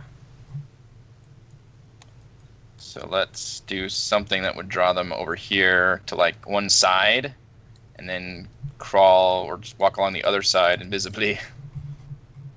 Okay. Make our way down to one of these holes. Sure. What are you using to make a sound? Something that won't break invisibility. You could just throw an Think object. somebody. Yeah, just pick whatever debris or something off here and just like throw it at At something least that would make someone has a sound. horn that can make I know, that's what I was about to say. We don't need to go nuclear here. About to pull open my Good my lord. Those- seat here. I'm 'cause I- pretty sure those dragons are within 5 miles or whatever. That's too much sound. 5 miles. When did you ever want to use that? All the time. Just alert everything in the vicinity. Yep. So yeah, I'm gonna get some kind of rock or piece of wood or something and just throw it against something like metal or wooden, like over here on this side. Okay. And I'll tell everybody else that like get your backs up against this side, and then when you see the gargoyles go over here, or at least some of them break off, then maybe skirt around the edge, and then we'll try and drop down one of these holes. Alrighty. You make the sound. You throw the debris at that side of the ship. It clacks against the side of the prow. And all at once, the gargoyles all stand up from their crouched positions and look that direction. And you hear one of them say, "Intruders? Must investigate." And they begin to approach. And you hear one of them in the back say, "Alertness required. Guard the ship." And these two sort of come out to the edge and just start looking out. And these two begin approaching the area where they heard the noise. Okay. Very carefully, just walk across a wood deck. Is this a hole to go down in right here? That is All right. How far down? Can I tell? about 20 feet. 20 feet. God damn. What is directly underneath there? Let's see. Directly underneath you, you see sand, lots of sand piled up, and not directly beneath you, but very close to where the hole where you would land if you jump down. You see the writhing mass of some sort of gross worm-like creature. Great. Would that help break my fall if I landed on that asshole? Maybe it is a very large creature that you're looking at. Can I tell what that is? You got dark vision within how far? 60 feet? Yes. Sure. Roll a nature check. Oh lord. So it's a beast of some kind.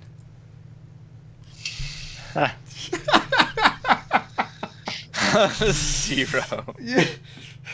You think it's a bird? Yeah. You're too busy doing like push-ups or something. Yeah. You're like, Yep. don't need to see that. I No. think it's a harmless rope. Just stand, It's a rope. jump down. Looks like Right. house There goes you. I don't want to jump down 20 feet though. That's painful. It's like jumping off a second-story fucking, like a third-story window. Is it decking or sand? At the bottom is sand. Sand. It's Yeah, not too sand bad. is soft. I mean, I guess. I'd let you attempt to roll your fall with a dexterity check to take only Oh. only 1d6. But That's it would, from a Viking. It would still hurt though to jump down that far. I know Tim's excited about making this jump. Practice parkour. All right, I'm gonna tell the others like in we go with the weakened mind, and then I will leap down carefully and try to roll away from the worm creature. You don't know it's a worm. No, try to roll away from that rope. That rope still looked weird to me. Okay, I have to try this thing again. Kazan, go ahead and roll a dexterity check for me.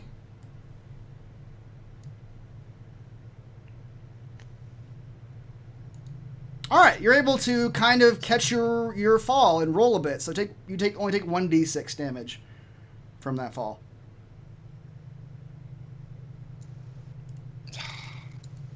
Okay.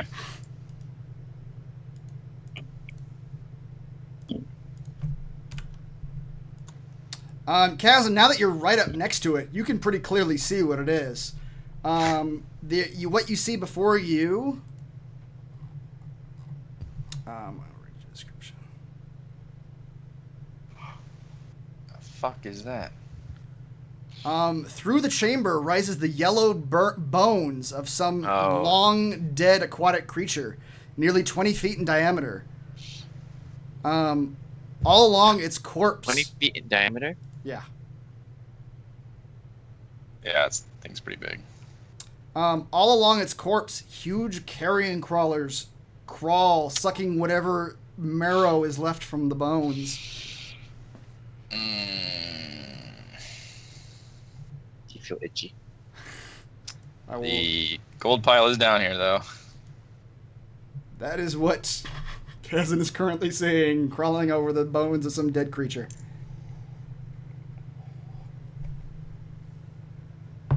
You itch. Doesn't look nice. Like lice. Well, they don't notice me, right? Because I'm still invisible. That's correct. Corinne, Tim, you guys jumping down? Always. All right, roll a dex check for me, please.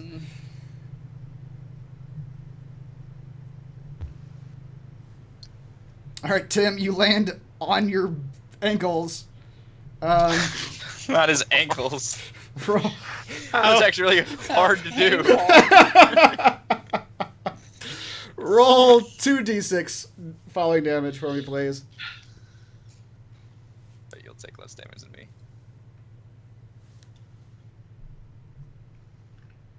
The same. Same. How Stop injured my is way. Tim at this point? I don't, that's pretty, Pretty injured. Probably like 50% now. I'll follow a little more reluctantly, jumping into strange holes. okay. Corinne, you also make it just barely. Roll a 1d6 for falling damage, please.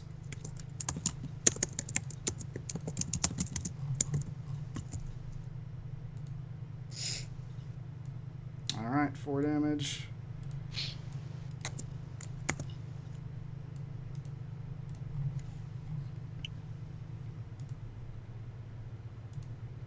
Okay. I don't know why I kept those weird. You guys are invisible, not. You guys can all see. What did you do? I will use Awakened Mind to tell everybody that we'll inch towards the gold pile, I guess, to scope it out. Okay.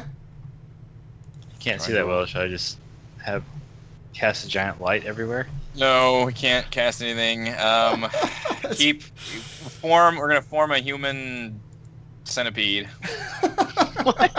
Done. Everyone. Oh Lord. Done. Are you gonna blend in? And I mean That seems done. extreme and unnecessary. You heard me. I call middle. I was just about to ask. The where leeches the will love centipede this. is Tim? Lucky savior.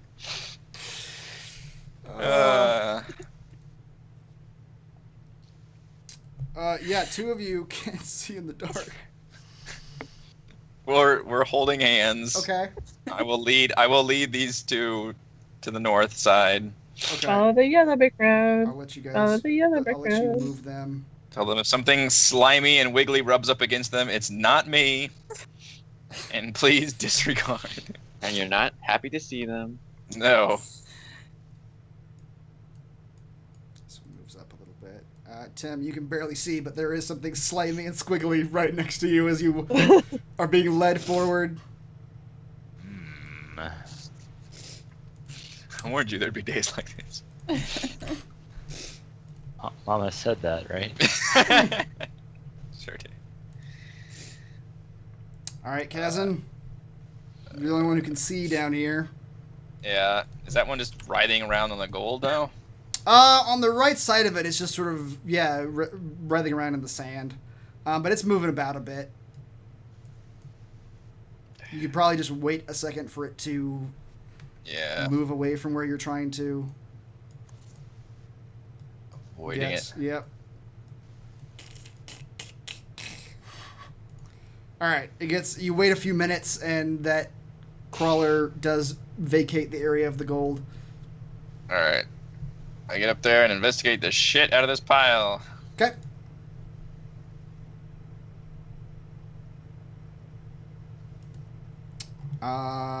You see lots of gold. You also see large or framed art pieces, which is sort of weird to find down here. They're very extravagant looking, but you see them scattered across the piles. I'll let you. That's like 5 minutes of you looking around. I'll let you roll again to continue looking. All right. No luck so far. Can the other two see anything, or is this pitch dark down there?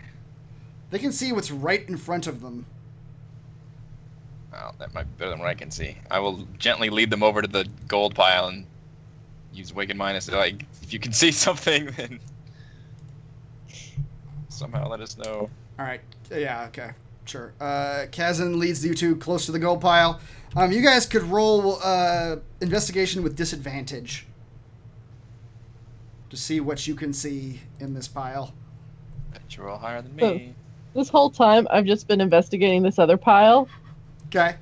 trying to figure out the best way to grab the most of it in one solid go. Both of you find nothing. We're down here for quite a while. Yeah, so everyone if you want to wonders, switch to the other, yeah, that's fine. Everyone wonders what those three are doing down on that ship. Bryce is, you kind of look at all this stuff. Depends on what you're trying to grab. All that pile of quartz crystals could probably be scooped up pretty quickly. That's what I was thinking. That potion is pretty out in the open. The gold and silver and stuff, I mean, it would take some time to actually pile that into pouches and whatnot. That bow and arrow, or the bow with the blades on it, looks like it could just be pulled out. It looks like given, say, one action, you could probably grab one of the items and some of the gems and gold. Dig that stuff out of there. What are you doing, Halfred? Let's check back in with you. Albert wants that bow. I don't know about the bow. I'm just waiting. You're just waiting? Okay, you're just watching. You're just watching the ships, watching those dragons up in the sky. Did you check out all the buildings? I'm just sitting on the dock of the bay. There were some buildings in the north that you did not check out, Halfred. But Yeah, but if the dragons see me, then I'm going that way. if you stay out in the open, they might. But if you How about if I hug this wall here? Yeah, the wall rises high enough to where if you sort of crouch and walk along it, you can just avoid seeing the dragons Okay. at all. I did that. Here I am. All right, you go into a building that is very destroyed, very bad shape. There's almost nothing left of this old building except for the western wall. In the corner in the eastern corner, there's a large pile of dried wood, hay, pieces and bits of sacks and clothing, and dead shrubbery. Just looks like it's all been shoved into the corner there. Useful. Hmm? That'd be useful. It just looks like garbage, just piled up into a corner. Okay. I'm just gonna keep moving around, hugging the walls. Buildings. All right, this building looks like it used to be an office of some kind. You see a desk, chair, some shelves, but you spend some time going through it all, and there's a dead shrub in the middle of the office. But after spending some time going through it all, you don't find anything of value at all in this place. Everything is it's a bunch of dead paper and just old furniture. Okay, you go into that building. Let's check back in with our ship team. Kazan, you rolled a 14 for your next investigation check. Hooray. Kazan, you can see among the gold and the art pieces here, you can see two things. You can see one of them is a potion of some sort of silvery bubbling liquid. And the other is barely sticking out of the coins, and it looks to be some silvery cloth. I can't see any more than that. It is buried under coins and stuff, but you can see just a section of a silver cloth sticking out of the gold. Okay. That seems like that's what we're looking for. And so it was just that and that potion? Yeah, that's all that you could see. All right, well, how are we getting up out of here? Great question. I mean, there's stairs here. Is that not? Those stairs are long broken. You do see along the southern edge, you can the sand is sort of piled up on that side of the ship, but you can see sunlight breaking through the pile of sand. It looks like that end of the ship may be completely destroyed, and you may be able to get out that direction. You also might gather that the dragon has to have some way to get in here. Yeah. Dragon probably just crashes a hole whenever he wants. Well, we would see that hole. I'm gonna instruct him. Can he if he just walks along the side, he can find his way in the dark, right? Sure. Like literally keep his hand up on the side. Tim can see what's immediately around him, right? He can see a carrion crawler. You can, right, Tim? You can see a creature to your bottom. Yeah. Okay.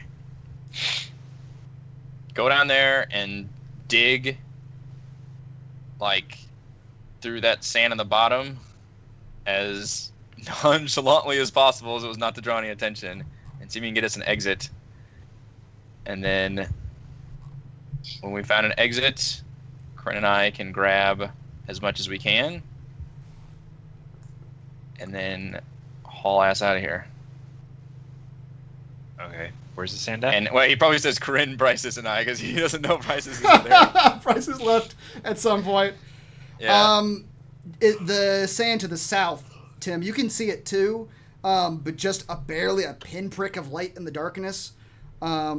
Over here, down at the bottom of the southern end. It looks like the sand's been piled up at that end.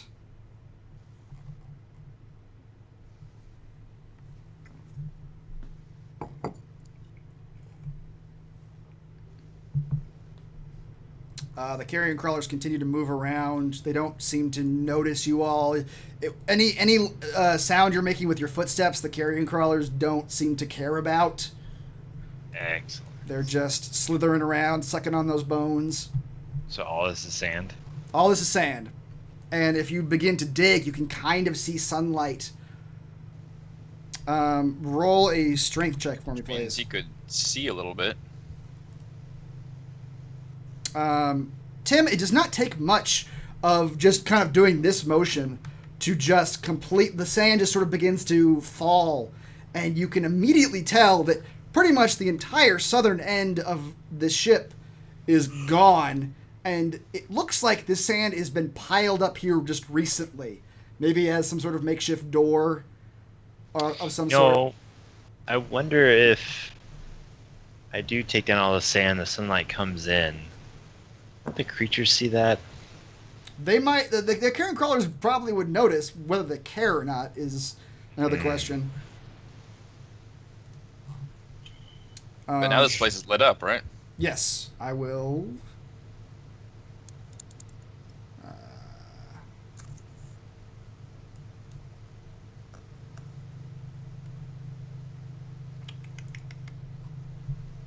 This is our like maximum splitting of the party we've done so far. It is. It is exceedingly dangerous, but you guys have gotten your invisibility has gotten you through a lot of it. Visibility, you're the MVP. Yeah, you do that, and the sunlight comes spilling in. The carrion crawlers kind of squirm away from the light and sort of turn their backs on it, but they continue just sort of gnawing on the bones, and they can't see you still, so they're just sort of doing their business. Bryce's roll an investigation check for me, please. Oh dear. Oh, it's not bad. Oh, okay. You've been staring at this pile for a long time, Mhm. and I'm trying to figure out like the physics of grabbing the moat. Yeah, you think that you can, after spending some time staring at it, you think you might be able to grab 2 of the items on this pile in one action if you just reach out in a particular way and grab it and throw it in your pack and back off. Yeah, and then I've got my mage hand that'll grab something too. So, definitely getting that pouch. I don't know what it is, but I want it. A potato sack pouch? Yep. Hopefully it's full of potatoes. Halfred, Yeah. you will go into what looks to be some sort of residence. The first chamber of the building is empty, but a quick look around reveals signs of a battle within the last few months. Scrapes on a wall, scorch marks on another, the tip of a broken blade, and scattered stones. As you make your way into it, you see a destroyed wall, and then you see looks to be what used to be a bedroom. The heavy stone door is intact but wide open, no longer locked. Inside the room is a gruesome scene: a scorched human corpse, several months old, lying underneath bits and pieces of what looks to be a dragon statue. And it looks like a dragon statue with white stones, very similar to the one you saw when you were entering the tunnel.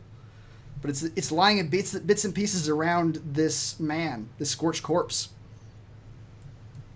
It looks like some battle went on here.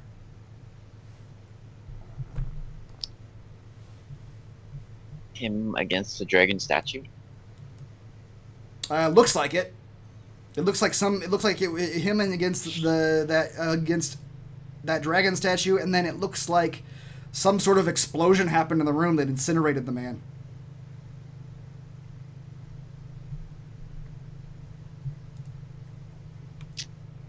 Can I look for evidence of what might happen?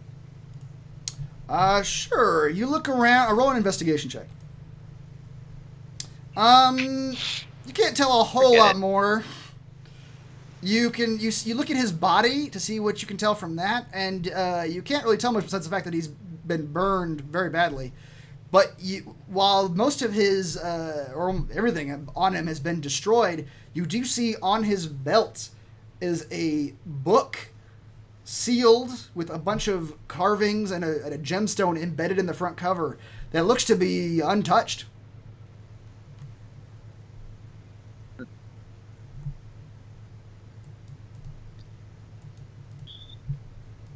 I'll pick it up. Okay, you pick the book up. Can I open it? You can try. Roll. It's latched. Roll a dexterity check to try to open it. Just a dexterity ability check. Yes. You flick the latch, or you mess with the latch a little bit to flick it open. And as you do, glyphs on the front of this book light up, and suddenly the room is filled with flames. Oh no. Uh-oh. Please roll a dexterity saving throw, please. It'll be fine. From opening the book? It looks as though these are glyphs that were perhaps a glyph of warding that was inscribed upon the book. I'll be dipped. Got 20. Okay.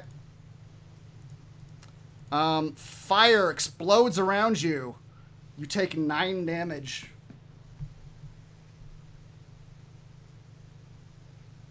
But the book is now open, and at your leisure, you see lots of inscriptions about spells and stuff, and it looks like this man was perhaps a wizard of some kind, and this is his spell book. Spellbook gone wrong. I can't read it. No, you'd have to actually spend some time investigating it or reading it in earnest to understand any of the spells written within. How much time? I've got time. Yeah, all right. You sit down and start doing that. Meanwhile, inside the ship crew, Tim has cleared you a entrance at the south end of this ship.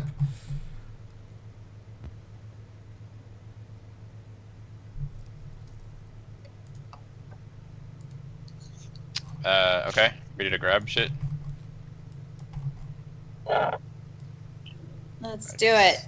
We have to be. Alright, so we're gonna make a plan. Who wants to grab? I guess I'll make a swipe for the pouch. Well, I mean, what all can we grab? You could grab with one action, you could grab a few handfuls of gold. I mean, I've got a bag of holding, right? So yeah. just put it on the ground and just That's shovel true. as much as you shove can. as much. Bank robbery Yeah. style. Yeah. All right, so if you're gonna do that, let's go ahead and roll initiative because it will just take time to actually start shoveling stuff into pouches and whatnot.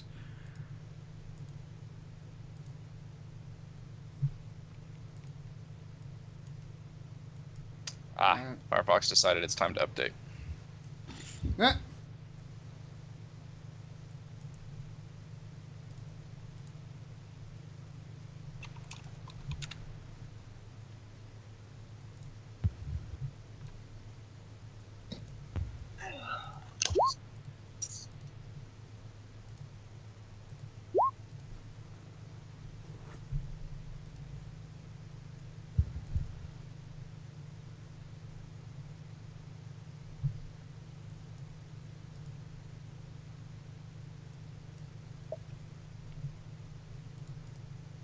Oh.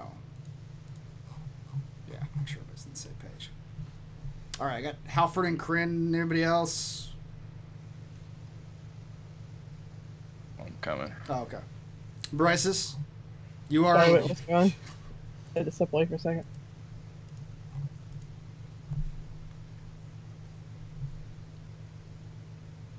Oh, we're fighting now? You're grabbing shit now. Alright. God, you go Lord. piss something off, didn't you? Best initiative ever. No, we wanted to start grabbing things, and now he's having us roll initiative for it.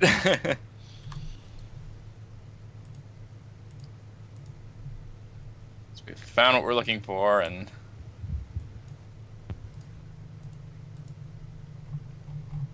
Okay, Kazan, you're up first. so the bag of holdings on the ground, open, ready to be thrown shit. Yep. Yep. All right, I will 15. grab as much as I can in a single action and try to prioritize that pouch. All right, so you grab the pouch. Are you putting the pouch in the bag of holding with the rest of the stuff you're shoveling, or are you just keeping that for yourself for the time being? I'll actually keep the pouch on myself in case we need to get it quickly, but I'll put everything else just be. All right, you just begin so there's in front of you. The things you can see are there's a potion, some bubbling brown liquid, or sorry, this is the bubbling silver liquid. A bunch of art, like framed art, laying around, and just piles and piles of money. So what are you prioritizing in your grabbing? I'm sure the art is worth something, but that's going to be tricky to grab. So I'm mainly just getting the piles of money, I think. Okay. And the potion too, if I And can the grab potion. it. All right.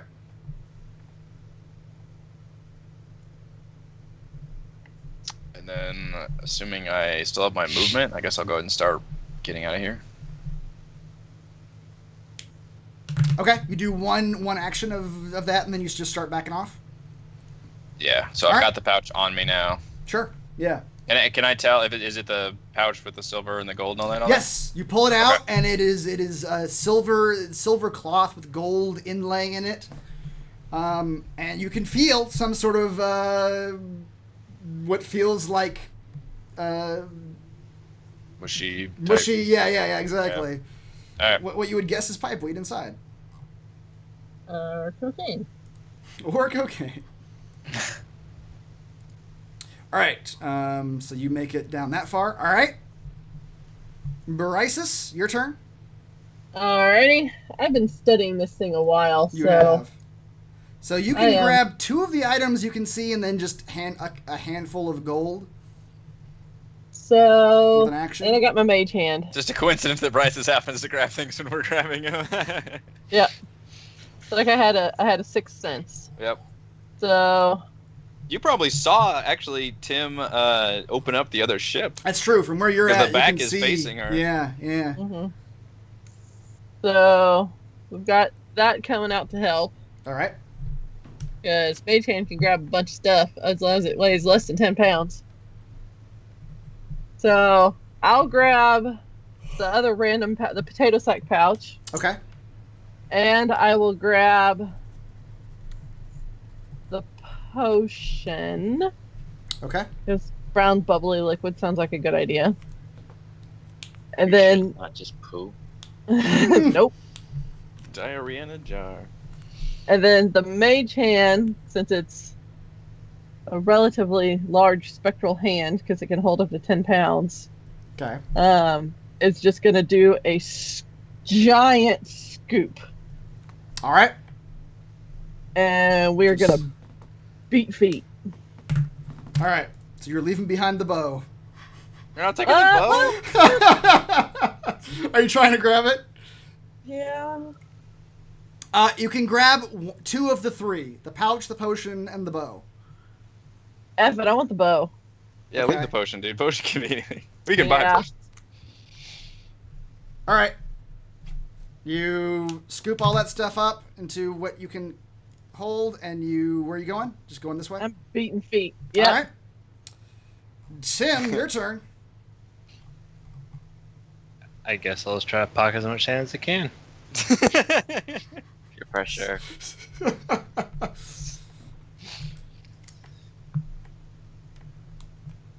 All right.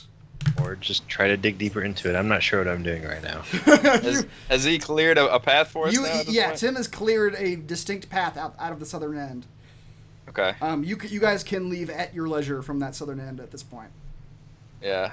It is like a sand dune. All right, Tim. As you are digging your way out of the sand, there, you all hear a sound coming from the sky.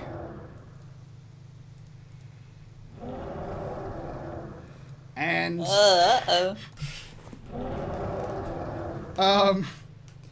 Tim, almost immediately you were digging out the sand. Sunlight was peering in, and you see a shadow pass over the sun right at your exit. What could that be?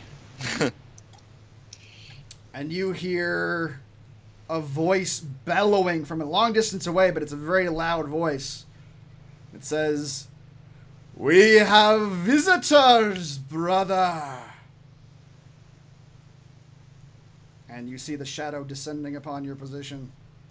Oh no, it's the shadow. He knows what lurks in my heart. We also confirmed their relationship. Halfred, you're up. I hear this. You do. What direction did it come from? You can pretty clearly, if you go where you're at, or at the entrance of this I would building, step right out. you can clearly see these two giant blue dragons just dive bombing the ground in front of you. They are just plummeting out of the sky towards the boats. Okay. Um, 5. You see they're probably still about 100 feet above the ground, but they are directly above the boats. Felgolos comes up behind you, Hold on. Halfred, and says, like, you want me to... What, is it time for me to do something? What do you want me to do? It's time. It's time. It's time? Transform to a dragon. Let's go. Fucking roll out. 5, 10. I start flying diagonally upwards. 5, 10, 20, 25. That's my speed.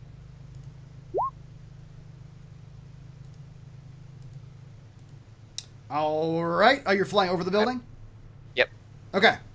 Flying up towards the dragon. I pull out my heavy crossbow. And I doubt the dragon will get close to me, but I'm going to ready an action. Where if it's within 100 feet, I will shoot him with a net launcher bolt. Yeah. All right. Halfred, behind you, you see Felgolos go like, all right, I'm doing it. We're doing it. And he runs. Doing it. He runs away from where you're at between the two buildings. 'Cause it seems like it's kind of a narrow space. And then as he gets out in the open, you see his shape transform into his giant bronze dragon form. He says, "Let's go!" And he Yeah, flaps his let's wings and begins taking off with Good. you. Stay away from me. Oh, right. Yeah. 15 feet. I'll stay away. All of you hear an answering roar to the first. And you hear a voice say, "Thieves! They take my gold. We must eat them, brother. Mother will be most unhappy." Lord is a whole family. Corinne, you are up. Okay, so I'm also going to take a minute to shove some of the most valuable stuff into the bag of holding while I'm still here. Okay. You can still see,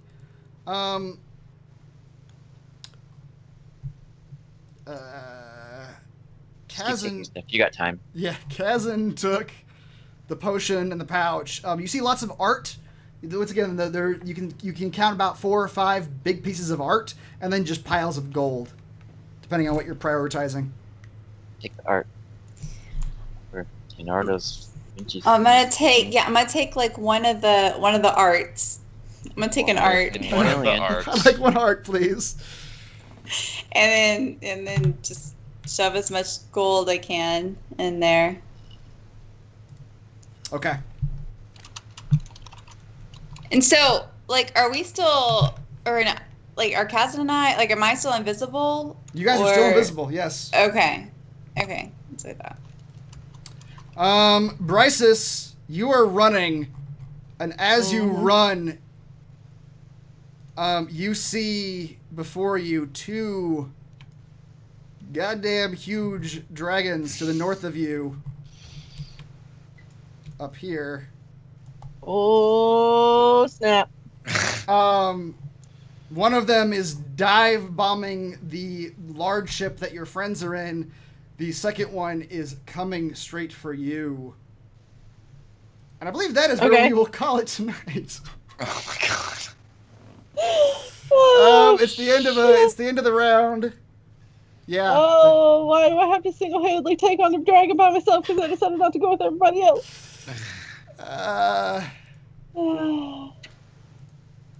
Well, this You will be guys fun. once again didn't have any combat proper. No, it didn't. Because you guys just stealthed around this entire place. Yep. That's how we do. That's how we do. So for the time Felgolos being, suggested that we be stealthy. so for the time being, there's no experience to give out. You will get it all next week, Or not. or not, or you all Or we'll know. have a I'll decide. TPK and we'll start a new adventure. That's right. All right. Thank you to Eric. Oh, did my song start? It did not. You're welcome. Thank you to Eric, Heather, Reese, Rochelle, and Raymond. I am Chris. We are here doing D&D 5th Edition Storm King's Thunder every week. We will see you next time.